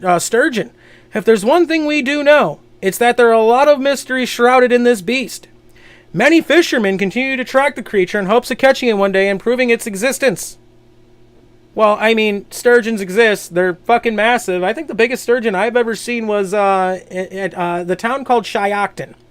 Now, Shiocton floods in the spring and summer. Like, the whole town floods. These people get around like boats like it's that Venetian fucking city that's under fucking water. I forgot what the fuck it's called. What the fuck? I forgot what the fuck it's called. Say it in the chats, because as usual, I'm a little dumb when it comes to that kind of stuff. But during the summer, the area floods, and you can still, there's a little patch on the side if you're coming from the west heading east towards Green Bay that stays above the water, and you can see all the sturgeons when they do the little sturgeon run. And I gotta say, the biggest sturgeon I probably ever saw doing that, not willingly, at the time I was on a statewide fucking cruise around with at the time my step grandparents, and they're the type of old people that have to stop everywhere every 5 minutes to like look at a piece of fucking grass. It is annoying, but we stopped, and I was sitting there looking at the water as they were wandering around. I gotta say, this sturgeon had to be about 12 feet long. Thing was fucking huge, massive fucking sturgeon. But again, they're also worth a lot of money. Rich people like their eggs as caviar. I learned that recently, too. Moving on. The thunderbirds of northern Wisconsin. Now, I live in northern Wisconsin.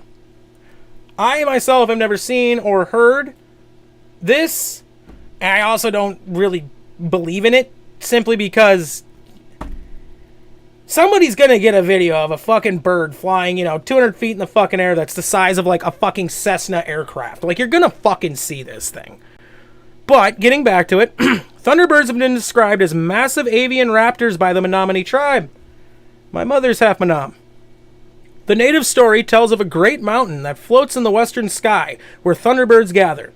These giant birds are also one of the more applauded monsters on this list, according to their legends, which tell how the birds were the enemies of the great horned snakes.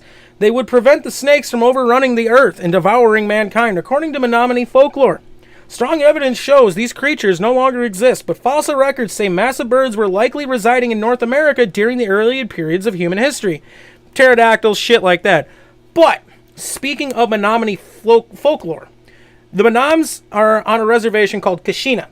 Now, you know when you're entering Kashina, because the fucking trees are huge. They've never been logged, they've never been fucked with, and these trees are well over 200 feet fucking tall. They are massive pines, massive oaks, you fucking name it. These trees are fucking huge. And it surrounds, the forest of Kashina surrounds the whole thing like a fucking wall. It is massive. Now, Kashina is notorious for people going missing. And it's also known that you stay the fuck out of those woods at night because things go bump in there. Mainly Wendigos and Sasquatch. That is generally and dogmen. Those are the things that are reported out there. And I do know that there was a man, I think this was back in 2016-ish, 2018-ish, in between there. He was seen on a trail cam walking through the woods. Now, most of the roads there go through these woods, and they're just little dirt trails for ATVs. You can take your car and your truck. I've done that before. And I've also camped out in these woods, which was a little fucking creepy. But, this guy was seen walking on a trail cam. And he was seen on another trail cam. And then he was seen on another trail cam. And then he never made it to the next trail cam. Just vanished. Gone. Like, he was walking down this path that had random trail cams along it. And then he must have just said fuck it and wandered off in the woods. To this day, he has never been found. No one's ever heard a thing about him. And, things happen on reservations. But the whole area swears the man was in great standing with the tribe. He had no issues with anybody. So foul play was pretty much immediately ruled out. And to this day, nobody knows what happened to him, and he has still not been found. And, I mean, these woods are big, but they're not like fuck me sideways big, but they're big. So, wandering off in those woods with the amount of area they covered trying to find this man, they should have eventually found this man. But they never did find this man. And there's other stories, too, that come out of the Kashina Reservation, the Menominee Reservation here in northeastern Wisconsin. Venice, thank you. As we were talking about earlier. Thank you, Taro. Venice. The Devil Lake Monster of Baraboo, Wisconsin. You don't earn the name Devil's Lake for no reason. Originally, the lake was referred to as Medi Wakan, or Bad Spirit. Lake of the local Nakota Sioux, for its deep, cold, and salt-infested waters, Native Americans would send out scouts and warriors onto the lake for hunting trips, only to hear screams of other tribesmen telling how they saw the hunters dragged underneath into the brackish waters by an octopus-like tentacle. Other sightings by the Nakota reported huge, Loch Ness-like fish monsters in the lake as well. Festivals quickly became an annual tradition to appease these giant monsters and continue to be held to this day. Lake Baraboo, Devil's Lake is actually a popular boating area, so I mean, this is probably another one of those fucking out there ones, kind of like the Thunderbird. You think it would probably be seen by now? Now, I'm about to talk to you about the fucking hodag, and I just want to say the hodag or Rhinelander is the most outlandish shit I have ever fucking heard. I'm generally somebody I'm really into cryptids. I really like that shit. I like the fucking spooky go bump in the night fucking paranormal type shit. But the hodag or Rhinelander is again one of those There's no fucking way, because of how big this thing is reported to fucking be, that it's not been seen or anything like that. And Rhinelander, like, when you go to Rhinelander, which I don't recommend, I had to work up there for a while, and the best way to describe it, my coworker described it as we went to a local Walmart to get provisions throughout the week for, like, because we were staying in a hotel, so we generally cook and whatnot, and we make our own sandwiches and shit like that for lunch. My coworker described Rhinelander as basically being a giant foot race to see whose family could look the most inbred. And that was the best description I have ever fucking heard of Rhinelander, Wisconsin. And if you're from Rhinelander, I do apologize, but y'all look pretty fucking inbred. I'm sorry to say it, but he described it the best I've ever heard. Most Wisconsinites are very large people. We're generally over 6 foot tall, over 200 pounds, but these guys pretty much stood about 5'5" and were as round as basketballs. One eye going this way, another eye going that way, some buck teeth. It was just, I mean, I'm at a Walmart, don't get me fucking wrong. This is a normal thing you'll see at a Walmart, but fuck me sideways, that entire community is fucking in a definite competition to see who can look the more inbred. It's I don't like to go to Rhinelander, so I'm not even fucking worried. If you're from Rhinelander, you won't ever catch me up there unless I gotta go to work, which I hate Rhinelander. Getting back to it, the hodag of Rhinelander, Wisconsin. The hodag, perhaps one of the most unique and famous beasts on this list, is the Rhinelander hodag. This creature is so famous among northern Wisconsinites that it even has its own monument and country music festival. Yes, it do. Like I said, Rhinelander takes this fucking thing super seriously.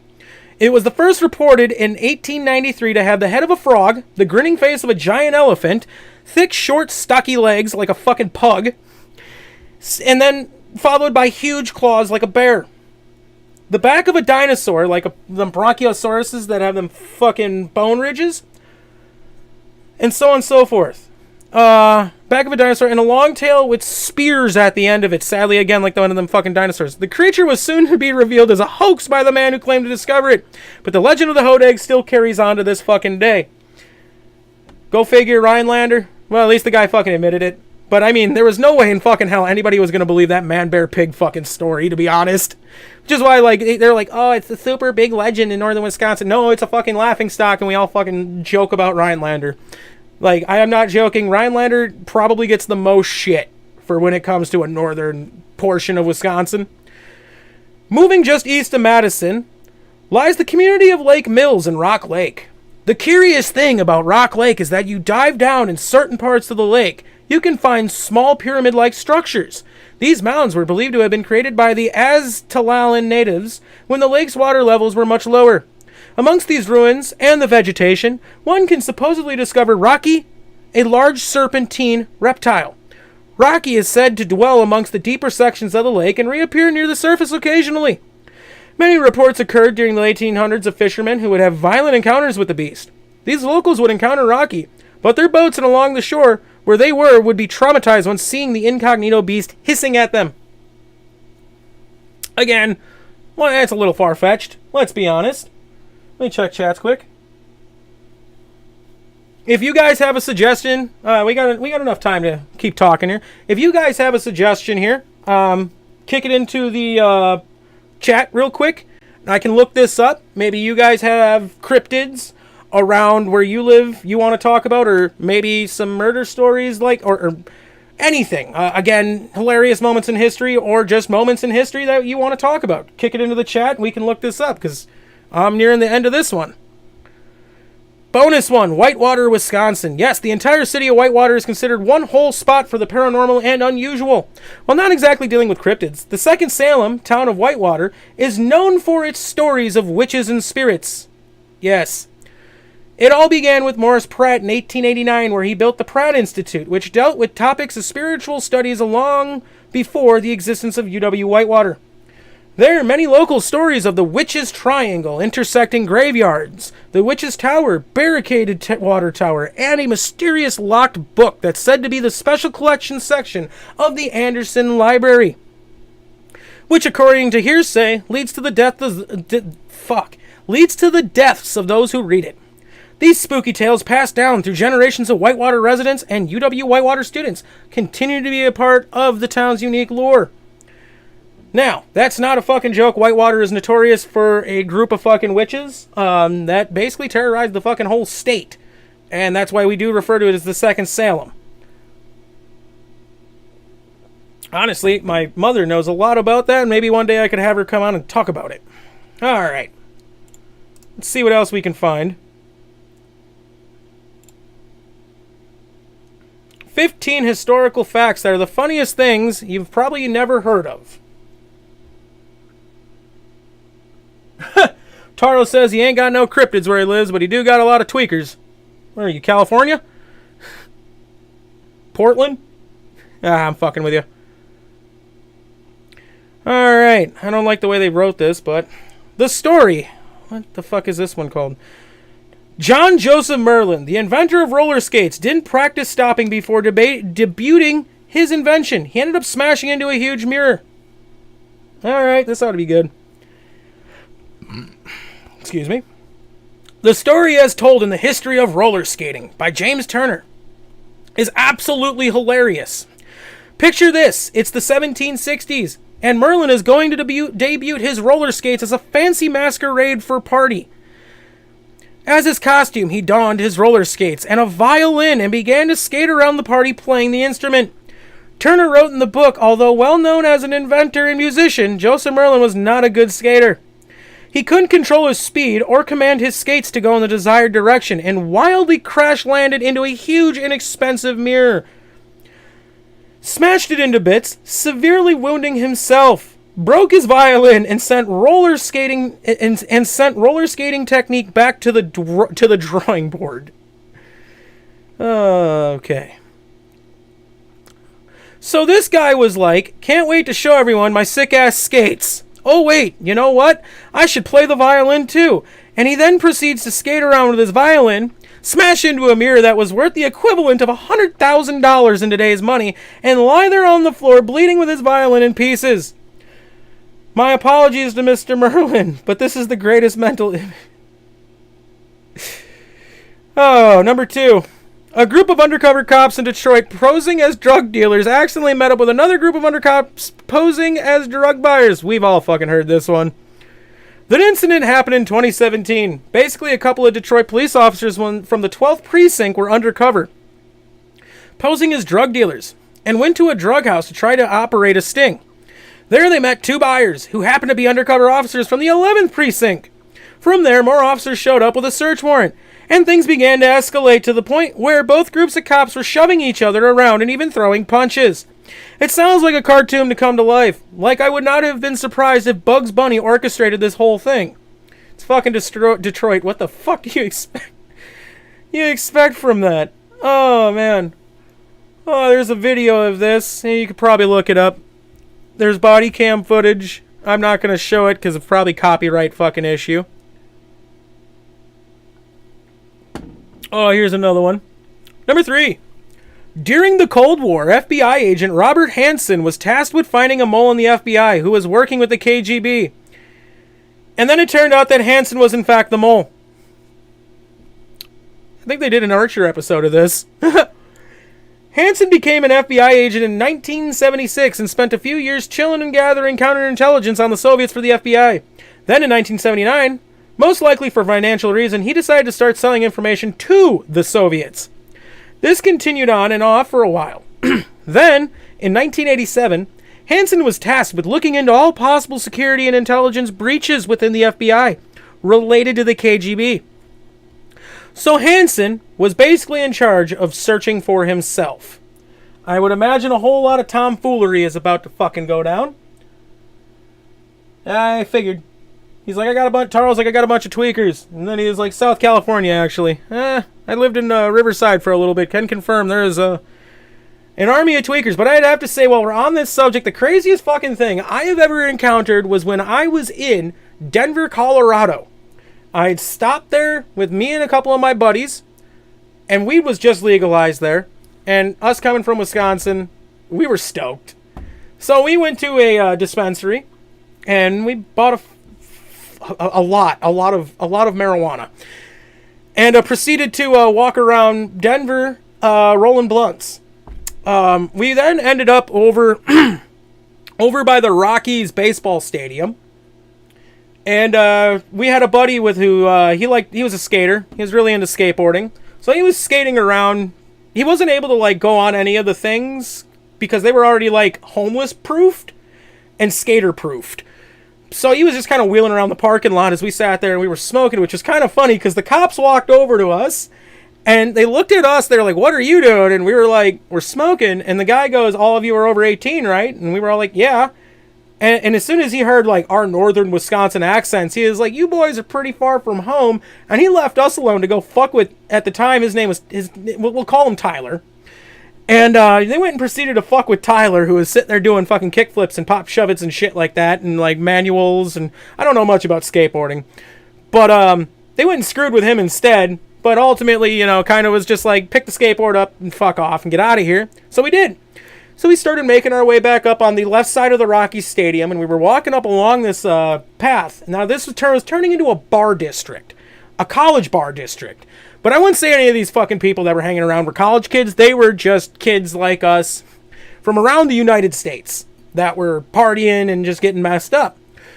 Well, there was this group of college girls. We'll say they're college girls because I don't really fucking know. To be honest, I didn't fucking interrogate the situation too much because it was really fucked up. But as we're walking, they're sitting with this group of homeless dudes. And one of the girls, we're not paying much mind, and we're smoking still. I mean, we were just continuously rolling up. Like, that's probably the highest I've ever been in my fucking life. Go figure. Rocky Mountain High. And we're sitting there, and we're walking, and one of the girls yells out, "Hey, why don't you come over here and sit with us?" And I turned and I looked, and one of these homeless dudes looked at me and started barking like a dog. The best way would be like that Speed kid, whatever his name is, like when he barks, like started fucking barking at me. And I look at this fucking dude, and there's like two other homeless dudes, and they just look like they're fucked up on heroin is the best way to put it. Like they're fucking out there. But this guy's on some speed or something fucking much further of the sort.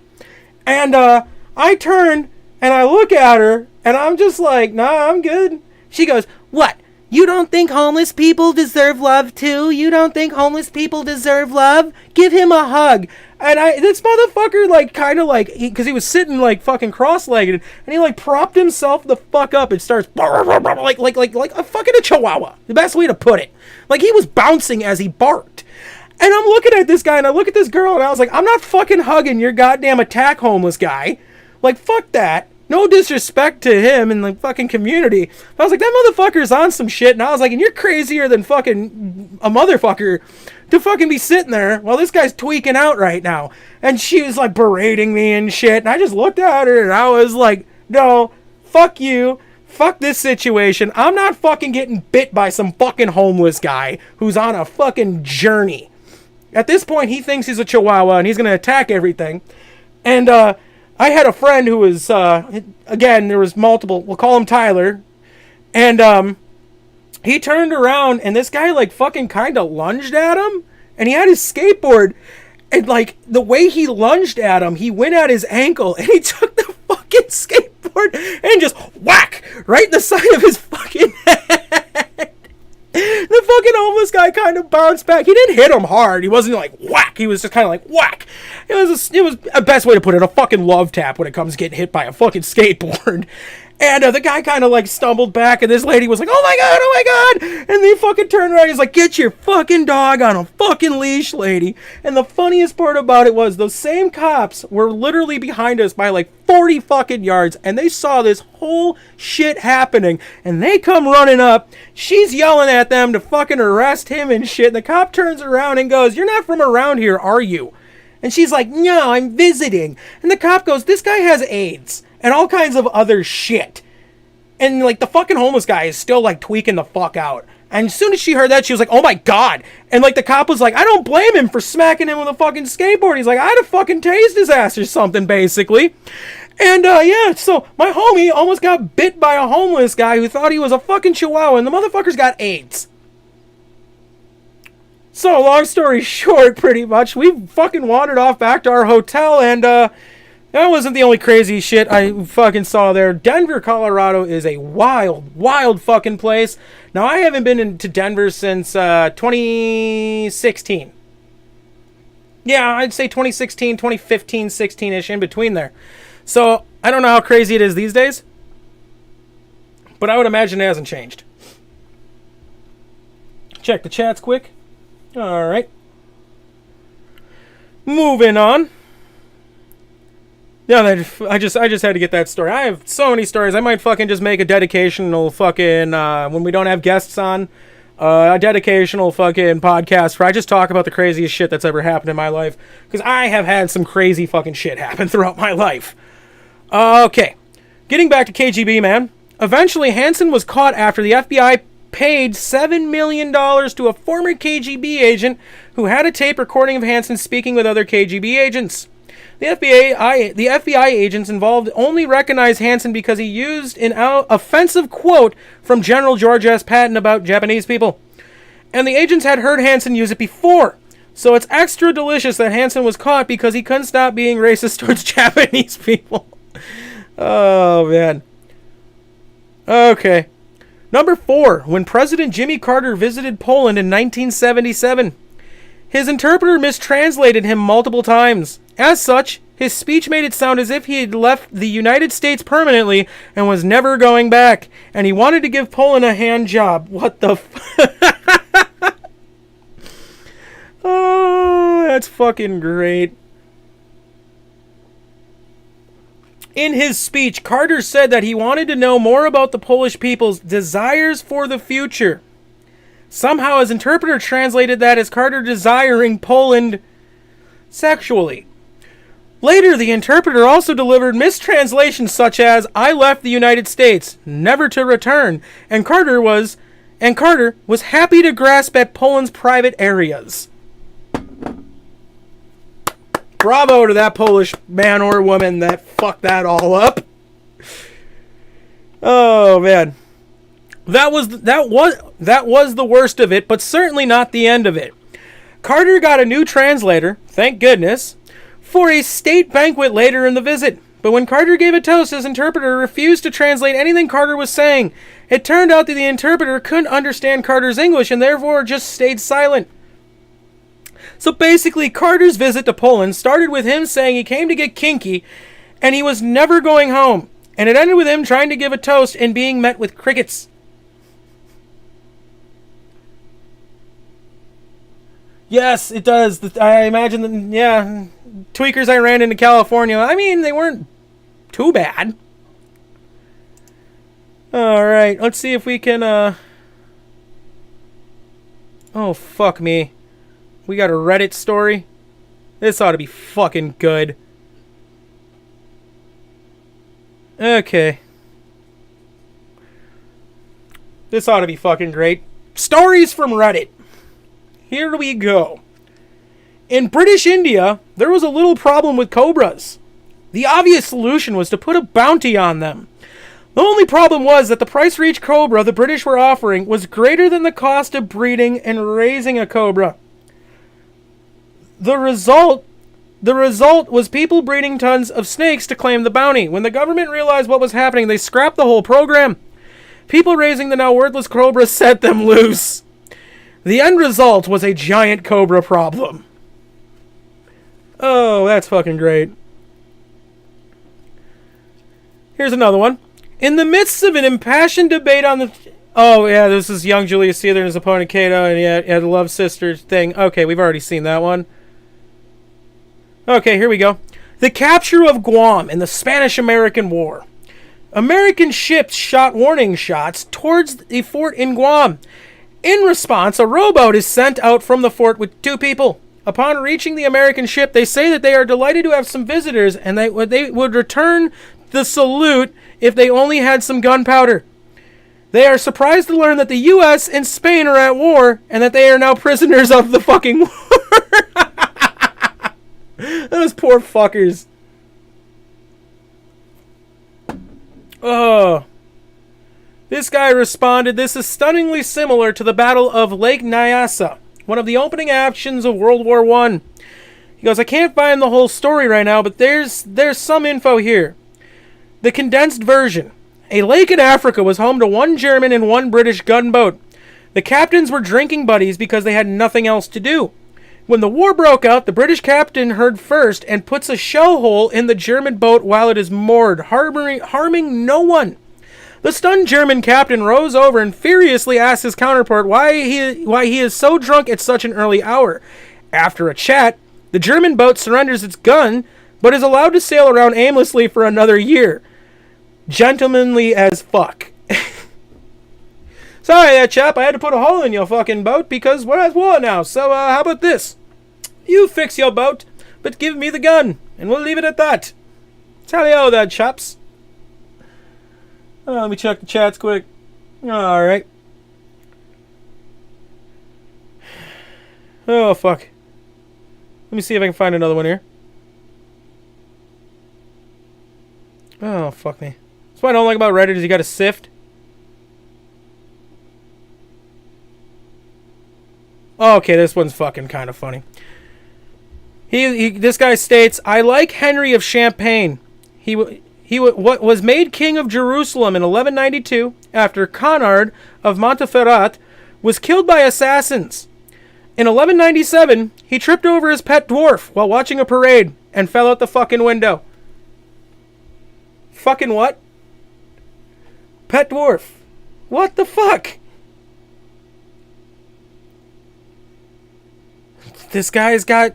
In one of the Barbara Tuchman's histories, she enumerates the components of a medieval nobleman's household, including the various servants, cooks, a jester, and a dwarf. Dwarf is a job completely separate from that of a jester or musician or priest or lady of easy virtue. All you had to do was apparently hang around and be short. Quite a score for peasant parents. Young Johann here doesn't seem to be growling at all. He's got a serious chance of a real career. Oh, fuck. Okay, this guy called Ticho Beret. This guy here are some of his greatest moments. He had his nose cut off in a duel with someone over a math formula, proceeded to wear a golden prosthetic nose for the rest of his life. He had a pet elk. It died from falling down some stairs after drinking too much beer. The fucking elk was an alcoholic. He knocked up the Queen of Denmark. The Queen, mind you. This is the 1500s. Perhaps this is why he was poisoned later on after the king died and his son took the throne. Wow. There's more on this guy? Hilarious but astonishing. Braith dedicated his life to taking naked eye observations of the night sky so others wouldn't have to rely on the often inaccurate tables given by Ptolemy's alchemist. It was these tables that enabled Kepler to formulate his 3 laws of planetary motion, which in turn enabled Newton to formulate his 3 laws of motion.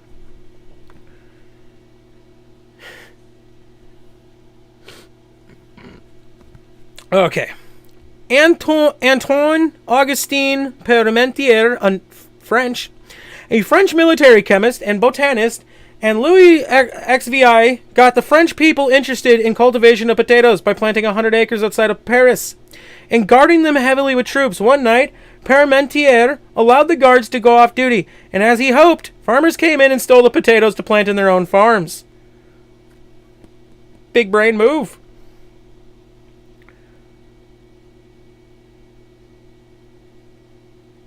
Oh, the Napoleon versus the rabbit one. I actually did a fucking TikTok video a while back on this.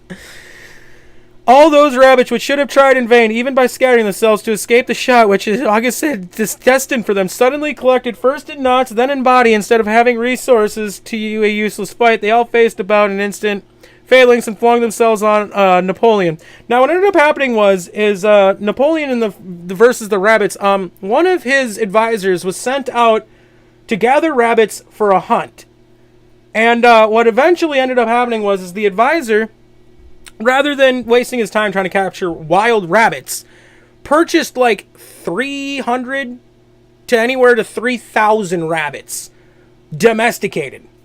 Now, when these rabbits were released, they hadn't really been fed because they were meant to, well, get shellacked in the hunt. And what actually ended up happening is upon these rabbits being released, they saw the humans, which Napoleon in the front, and ran towards the Napoleon and the humans because of food. They saw humans and they associated them with food. Again, domesticated rabbits. And while this happened, Napoleon freaked the fuck out and had his men open fire. But in dismay, these fucking rabbits basically formed a pincer movement around them and proceeded to attack the humans. Napoleon was then knocked to the fucking ground and was consumed by these rabbits and was only saved by a few of his men who had taken sticks and began to beat the rabbits off of him. He was then fucking escorted to his carriage while still under a ravenous attack from these rabbits. Napoleon got his ass kicked by more than a few things, and one of them happened to be rabbits. Alright. And we'll end it on one more. The sinking of U-Boat 1206 by its own toilet. U-Boat 1206 was a German submarine fitted with an advanced toilet which was necessary for it to flush when submerged. Due to the complex nature of the pressure systems needed to eject the waste, technicians were required to flush. One day, some genius decides that he's got this, tries to flush it himself, and the resulting flood reaches the batteries and releases chlorine gas. Rather than being killed by poisonous gas, they decide to surface, whereupon they are promptly located and bombed. All this happened on the U-Boat's first actual ever patrol. Alright. We'll leave it at that. I don't know how long this has been going for. It might be an hour and a half. It might be a 2-hour podcast. I have a tendency to lose track of time. But, again, this is the first one we're going to do. I generally am going to have guests on. Hopefully in the coming days I can have one of my buddies hop on who is in the United States Army and has some fucking stories about that. And he can share that with us. I also have a few buddies that are archaeologists that might hop on in the future. They can discuss things of more cryptid style nature of because he's really interested in that stuff. Kind of like giants, Nephilim kind of shit.